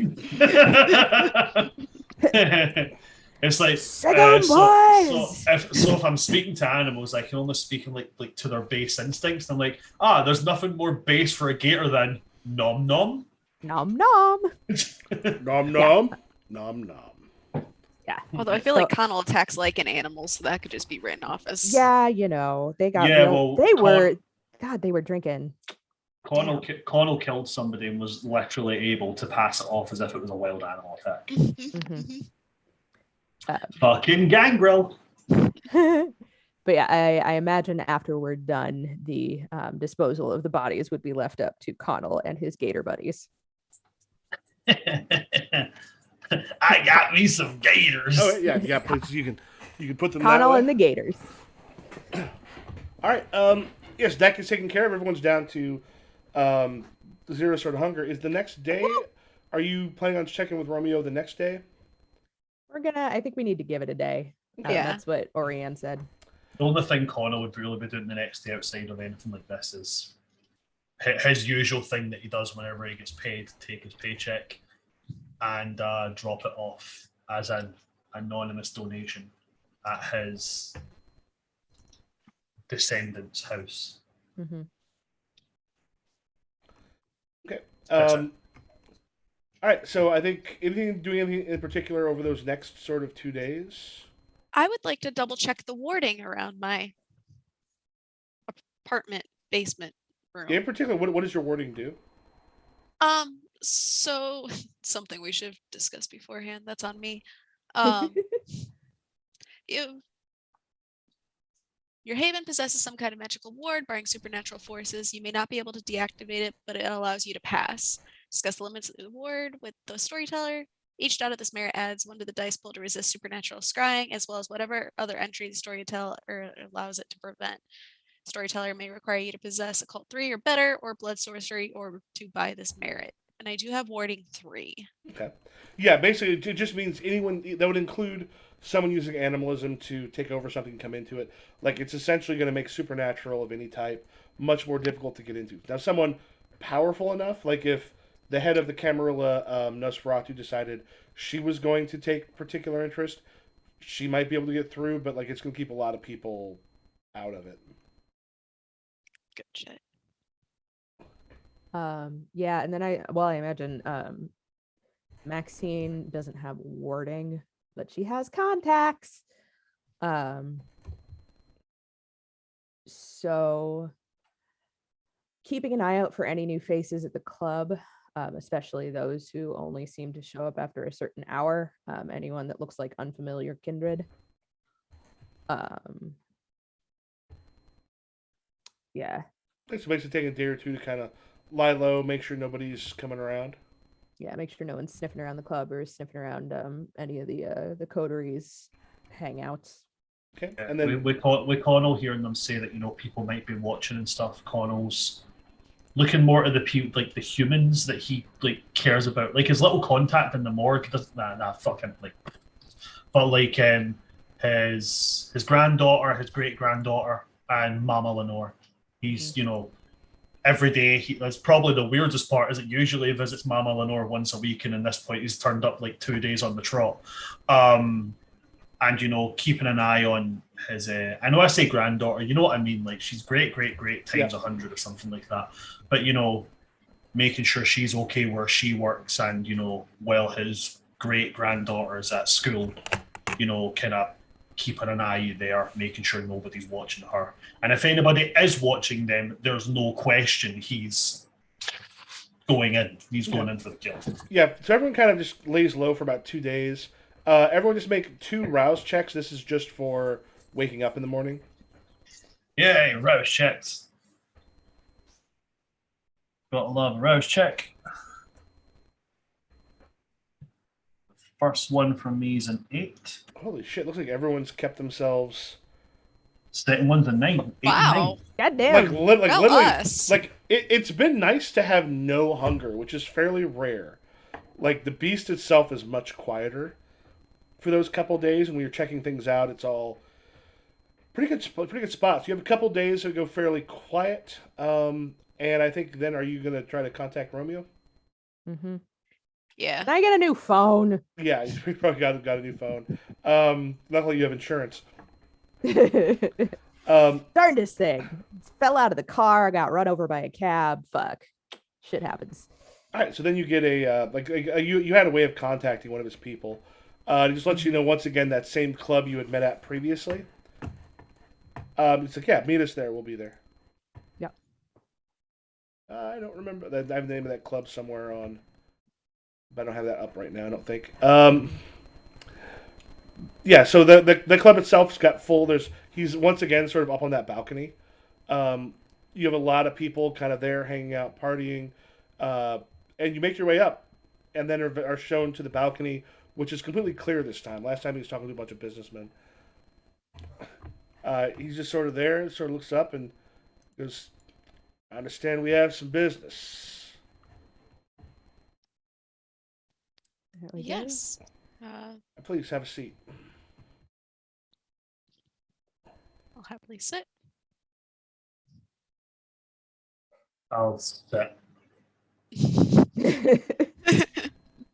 I Un- don't like it, but I'll un- sit. Comfortable. There's Is What information I'm we pick- have is of our friends who've been causing problems here in town. Michael. Hmm? Michael. Yeah. I'm picking up weird vibes. Can I do a vibe check? How so? I don't know how to vibe check. Like in D&D, it's an insight check. I don't know what that is here. Oh, There's insight here. There is. Right, something's been bothering me, and I need to ask this. Right, Hallie, were you being serious? Do you have a fucking spear? No. Insight check. yeah. I was doing insight. That's right. Insight plus Wits? wits. Oh, I'm good at what's survival.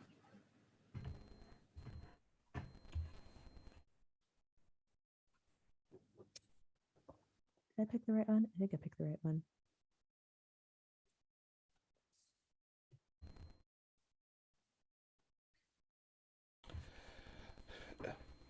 Oh, this would be two. Yay. He's being very guarded in this, but you've also it's similar when you dealt with him last time, and you've also seen this with other people. It's not unusual in sort of kindred society where someone essentially they're trying to make sure that they don't nothing you say is going to outwardly surprise them.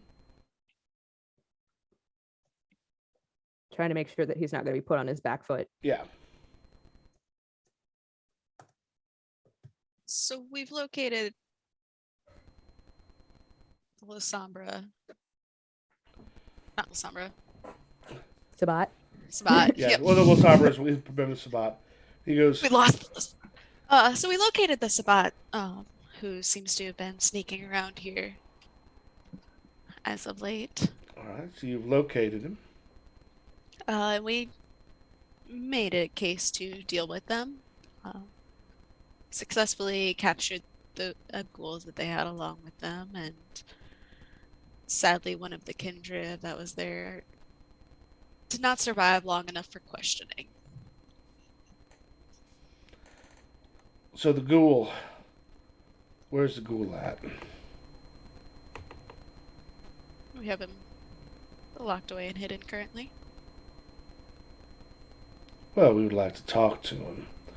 Anything he knows, Orianne should know that both Camarilla and the Anarch should both have a knowledge of. I think she is aware of that. Is probably willing to discuss that with you further. Has she told you anything about no instructions? We don't have any instructions, right, guys? All we did was find who we were sent to find. We tried to take the Sabbath. They're slippery at that. One of them was a Lasombra, got away. The other one wasn't fast enough. Well, tell Oriane to make contact with me, because any information that she's got from that ghoul, frankly, should be information that the entire kindred of this area know. We don't know what sort of danger there possibly was. Do you happen to know someone named Aiden, by chance? Not a name I'm aware of. You lying to us? Kind of looks and goes, I have a hard time believing that Oriane actually captured the ghoul. Maybe still has that ghoul, but did not give you specific instructions. You came to see me, which means I have a feeling I was Michael? not supposed to know about the ghoul. Michael, I'm sorry. That was me asking if I could make a roll check. Oh, sorry. What was your? What were you saying? That was a great speech. I Sorry. was about to say, I don't think we were supposed to mention the ghoul. I thought we were fine to mention the ghoul. We weren't supposed to mention the other one. Maxine, what was your? No, I wanted to know if he was lying about Aiden. Oh, this one you don't. He seems you don't think so. It also makes a lot of sense because them necessarily knowing. But I'm saying from your previous insight roll, there's nothing there that tells you that he's lying. Okay. He's got that guarded when he's the same sort of guarded when you brought up the name, which went away. Well, I will say he still says the same thing about the ghoul, because it would still make sense for him to say. There's more heat, there's more anger, sort of there. As it comes out, because I have a feeling I wasn't supposed to know about that ghoul. You tell Oriane that we have ourselves a problem. The entire city of New Orleans needs to be safe. If she doesn't feel that it's important enough to let the Camarilla, even though we may be enemies, know things that might not keep us safe, we got another problem. I messed up, guys. Now, I'm not one for the modern day social niceties. No, my generation had different ways of doing things. But as you're talking about us working together, I'm going to assume that wasn't a threat. He sort of smiles and goes, Connell, level I'm dealing at, I've got no reason to threaten you. My problem's with Oriane. She's the one that makes those calls.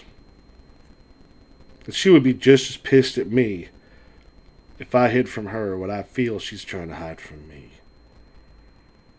She's trying to hide something. She didn't mention anything to us about hiding anything. Tell you what, go back and let her know what I said.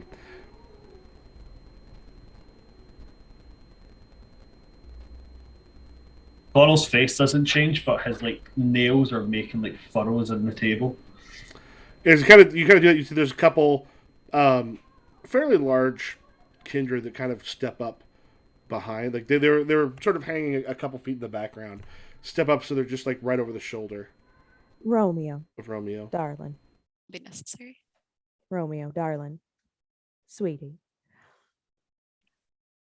I understand the frustration between our two factions. We have very different ways of doing things. Given it has been a high stress couple of days, what with the Sabbat and a potential threat of the Second Inquisition, you know what stress does to people. We may not be strictly people anymore, but we remember those reactions. People panic, people make snap judgments, snap decisions. Tell Oriane the difference between maybe myself and her. I know who better to trust in stressful situations. I believe we are done here. Is there any information you'd like for us to bring back to her? Just what I said.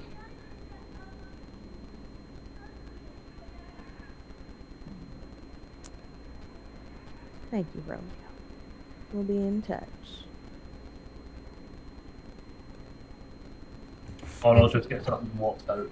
Yeah, Maxine's gonna get up very delicate and very ladylike and smile and nod and grab Celeste by the elbow and lead her out. Holy Connell is almost the exact opposite. Polar opposite. When you mentioned the ghoul, I was like, I thought the ghoul was safe. I forgot that saying the Lasombra got away was what was safe. Yeah, as soon as you did it, I was like, I messed up so bad. I'm so sorry. the thing is, it kind of makes sense. It's coming from the Tremere because you originally had been part of such a like an ordered hierarchy that you wouldn't necessarily think of like some of those minor ones as being brought into that. Like it makes some sense character wise. I think it's hilarious.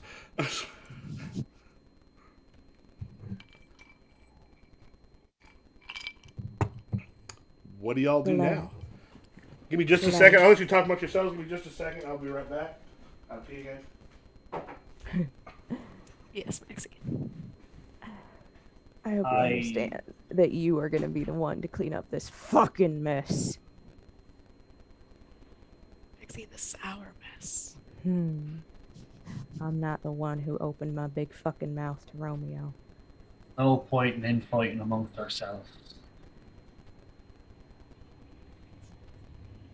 We have to let Orion know that it's been let slip. I want to find out eventually. This should be done face to face. Of course it should. She's not gonna be happy if she gets it in a fucking email or a goddamn text message. Let me deal with it. Oh, I should be the one to do it. If you're not in the nicest way possible, darling, if you're the one to do it,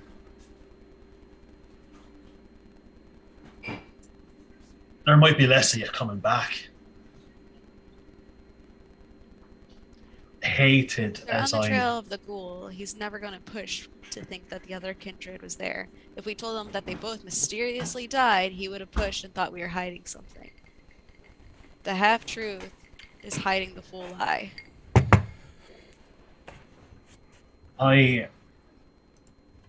Regardless of how little I like it, have a bit of pull amongst the Anarchs. I'll speak to Orion and see if there's any way we can smooth it over. She's got a point, though. 2 fucking cohorts disappearing out of 3 is a little hinky. I don't like lying. So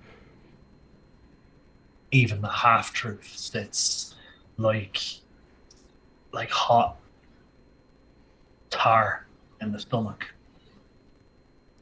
But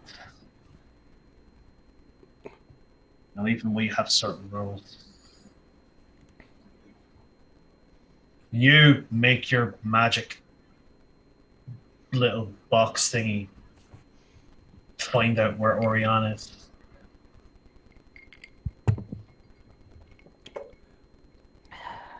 I'm gonna call Orion.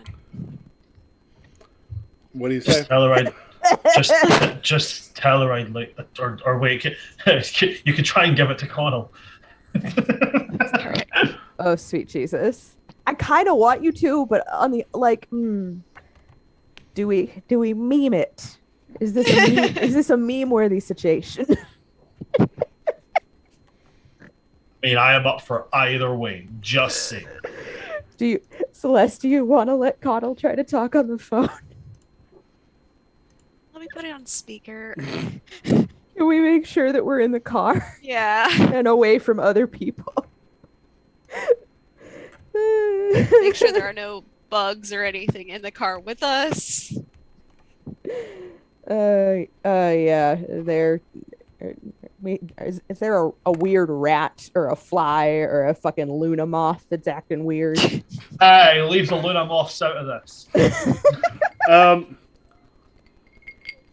You sort of look at the problem is has somehow made his way over here. The problem is it's extremely hard to tell because there's lots of places for any sorts of bugs or other stuff to be that cannot be visibly seen. Motherfucker. I would be running around with Sense the Unseen. So if anyone else is hiding, we're gonna see them. Well, that's if they're hiding in a place you could literally see them. But let's say they were underneath the driver's seat in the car. Eh. Like if one of them had taken over a fly or a mite or something, was on like in a place you literally just couldn't see them, is they're not going to appear through sight of the unseen. Fine. And you know I there's a would- decent chance that he was on somebody the moment you started making your way downstairs.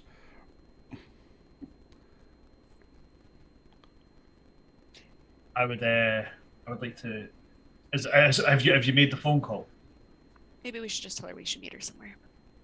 That's what I was fully intending on doing. Connor wants to talk face to face. Okay. Here, you Um, can talk to her. I'll ring the phone for you and hold it up. You just hear like someone like opens up, hands it to her, and you just hear, Celeste, this is quick. All Orion. I guess, Connell, as this is not a good call you're making right now. No call is a good call on these things. If it's within your Elysium, now. Oi, Grant, Click. hang up. Oh, Okay, it I've worked. already taken it. Connor's like, no, it worked. Oh my god. We have to go to Elysium now. Smooth. Now, the main Elysium right now, Well. there's like an art gallery that has been used for it. Okay. You are Boy. close. You are closer to it than she was. When you show up, you're able to get in, but there's nobody there yet. Okay. You just wait around a little bit. Yeah. Yep. Yep. She's I'm gonna look at the art. yeah. She kind of storms in with Nacer and a couple others with her, and she just goes, "Was your phone, Celeste? Connell was the one on it, so my guess is something went seriously wrong in your discussion with Romeo." In that moment, when we went to talk it over with him, I realized he would have never believed us had I said that all three of them either got away or died from it. Ran away. How So would I he let have him know known there that were the ghouls- three? Because Because they would have had at least a smaller group. And there's no way that we wouldn't have caught at least one. Rian Celeste is covering from my arse. I didn't understand the full reason of what you were saying and thought you only wanted us to keep the Sabat out of it. I accidentally slipped that there was a ghoul that was alive. Why would you Blame do it on old age. old age, Connell? I know you have a tendency towards telling the truth, and I know you prefer it that way, but you are no longer where you are from. This is 2022, New Orleans. Stuff happens in the night that others cannot know about. I understand. I messed up and I'm sorry. I misunderstood, and Maxine and Celeste gave me the ringer after I did it. I was made aware that it was not. I don't grasp the social niceties of this era, and I've been made aware that I have to get better at it. This time I messed up, and I'll take any punishment that's coming for it. Okay. Now, let me do a quick show of hands. Show of hands. How many people in here can compel people to tell them the truth?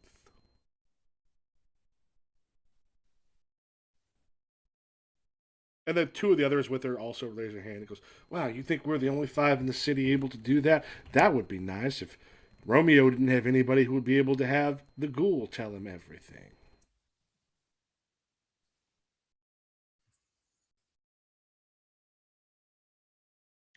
See, the problem Let's is just he'd kill have it done the before same Romeo fucking gets there. he'd have done the same fucking thing to us in a heartbeat. The only problem is now he has some proof of it because you slipped up and let him know things he wasn't supposed to know. Now I got no choice but to turn over both of them. We told him the Sabat was killed.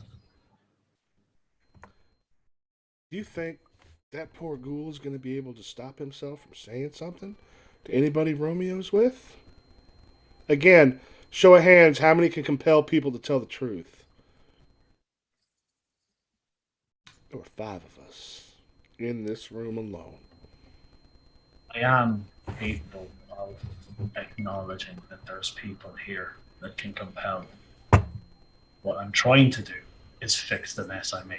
There are plenty of much older who wouldn't try to fix mistakes. I'm trying to. At this point, there is nothing any of you can do to fix this mistake. This is a mistake I now have to fix. See if I can turn this into some sort of a win with the Camarilla versus the Anarchs here in town. Orianne, we do still technically have a Sabbat. May not be in town anymore, but he is aware that we are looking. I don't have a lot of personal experience with those motherfuckers, but they tend to be well, stupid and stubborn.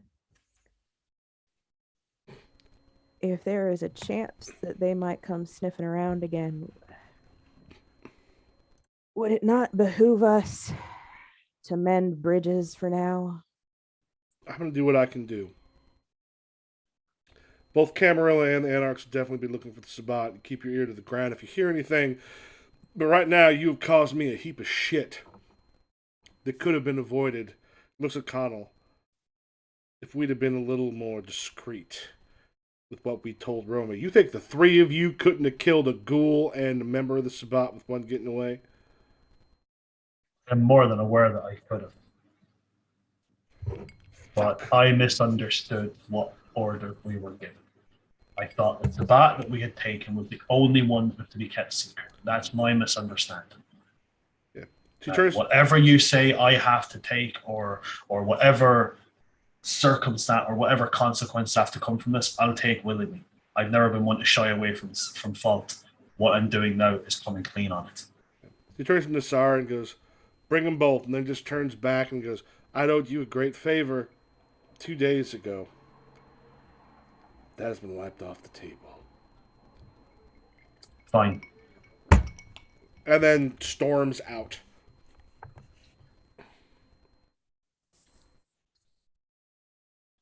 Thank you. Sounds like a good place. I know you said 10:30 or so was preferable. Yeah. This is a good place to end for the evening. Yeah. Yeah, that's good for me. All right. I gotta be a human in the morning. Yeah, normally I've got to be up even earlier, but this is my spring break, so Lucky. Nice. yeah. Normally I'm up at 5:30. So Ugh. I'll get clients tomorrow, so I gotta go cut hair. Michael, are we rolling something? Go ahead. You know what? I'm going to take a look at the humanity rolls because I might look at some stuff between that and the older one to see what we end up messing with, because the one here doesn't work particularly well. Don't worry about rolling anything with that. If you want to just erase the stain that you've got, because as I was looking through it, it's hunger is really good. They really did great things with the hunger system. Humanity took a couple steps back. I know what they're trying to do, but it doesn't work with this. They're tacking on stuff from other game systems that, weirdly enough, same thing with the lore sheets. Lore sheets are taken from my favorite game and done poorly. Anyway, so we can probably pick and choose from other editions if that's the case. No, I might look at some of the older humanity stuff and see. Because it should be a thing that goes down all the time, but it should be a thing that your humanity is a concern. Like something to keep in mind, where the way it's put up right now, it's very hard to make it that. So yeah, anyway. Yeah, everyone gets 2 XP. Woo! So don't sorry for messing that remember. up, guys. How to do that? Oh, you have a place for XP is probably... Yeah, I said inventory. Yeah. That's where I keep my XP. Yeah, you want to put it on the obtained, and the remaining experience, if you spend any XP, which... Actually, let me do this real quick. Let me bring up something that will help you... Nope, not the one I want. I love You buy anything with 7 XP? Yeah. Yeah, let me bring up the experience. I love that I was this waiting is to get something and I can't remember what it was now. equal parts. We get to play this game, but we also get to learn it as we're going. This is Yeah, honestly, I like that. This is I really honestly like kind of a vibe because it's super low key. The thing is, it's how most games work. Because most games don't have you do so much stuff at the beginning where you have to be I don't know what to Some games have you make so many choices early that if you don't know the system, you're kind of lost. Um, it is in here somewhere. The reference manual. Yeah, there is a way. There's some stuff that you can spend. And systems. I want to see if I can just bring up something where you can actually pin it to the thing. But if you do want to look through in the PDF. Oh, I have something pinned called Traits Cost Experience. Oh, traits cost experience? Yeah, Where does that Oh, live? let me check this. I pinned it Oh, when we were looking at it last time or something. I don't know how to get there or where it came from. Is it but- in Fantasy Ground? oh, no, Yeah. Here we go. But yeah, so Sherry, increasing an this attribute. should pop up to everybody. Did something just pop up? Hey. Yeah, I've got it. I've got mine up. If you click on the red dot and then drag it down to that, there's a bar at the bottom that's got like a 1 through 12. If you click it and put in one of those, you can just have it there, so you can just click on it and it'll pop up. Right, so if you want to increase a skill twin, it's the new level times 3. I could get intimidation at 2nd level. Ooh. Or increasing an attribute. New level times 5. Oh, that means I need to get 25 experience before my strength is maxed out. So, what do we want to do a thing where we tell people goodbye and then we can stick around? If Yeah. you want to Yeah. Sorry, then folks. we can take a wee bit. Let people know where we can find you. Hi friends. Once again, I am Laura or Laura Tutu or Tutu Who. You can find me as Tutu Who on TikTok. I need to film some crap and give more things to you. You can also find me as Tutu Who on Instagram, and you can find me on the Twitter at Laura_Tutu. Be warned, Twitter is where my 2 a.m. thoughts go to die. So if you would like to see the inner workings of my ADHD-addled brain, good luck. It's also where it's also where the absolutely phenomenal pictures go. Oh yeah. I did a barbarian shoot a couple of weeks ago, so you Yes! guys would be privy to that. But yeah, you'll get to see me with these 2 motherfuckers tomorrow, actually. But I will let Brand talk about that because it's his game. Yeah. Tomorrow. Hi, I'm all over the place. You can find me on TikTok at Son of Asgard. I'm also on Twitter and Instagram at Asgard's D&D. Mostly I just post weird things about Scottish independence or about my D&D thoughts and campaigns I want to run. I also have my own Twitch, twitch.tv/Asgard's D&D Adventures, where I have like 7-8 campaigns running in a homebrew world that I created. And on Wednesdays, you can find me at twitch.tv/The World's Guild with these 2 absolute fuckwits. As we play in my homebrew world, but 500 years in the future, where technology is kind of starting to, get its foot in the place. But it's also the apocalypse, and there's also pirates, and also dragons have came back. Hi, pirates. Yeah, Sky Sky Pirates. Pirates. Hi, pirates. Yeah, so that's at it's usually 6 p.m. CST, but am I right in saying it would be 5 p.m. CST at the moment? Probably until No. you catch up. You said you catch up next week? Yeah, I catch up on Sunday. It's 10:19 for us. It's tomorrow, so it'll be an hour earlier. It's 10:19 for us right now. Daylight savings time is stupid. I hate it so much, right? And you're Central Standard, right? Yep. Yes. So that means yes, it would be an hour earlier. Then we started For you and me.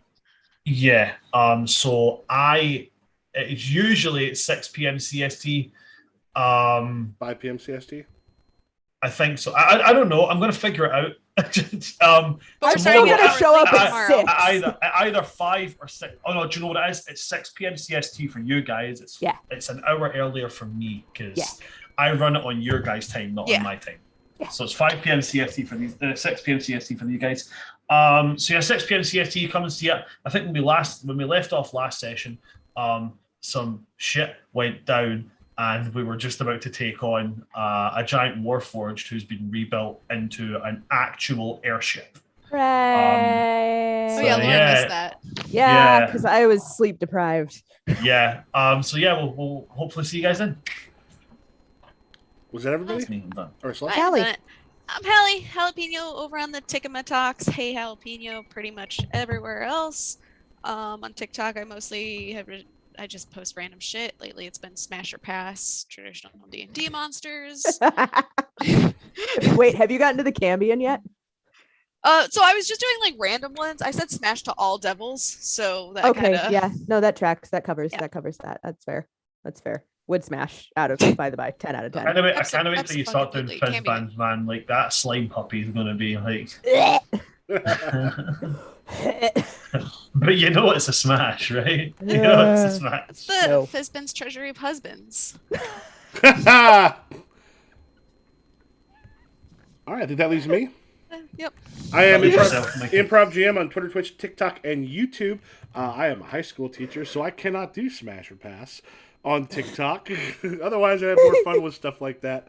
But have yourself a fantastic evening. Later, y'all.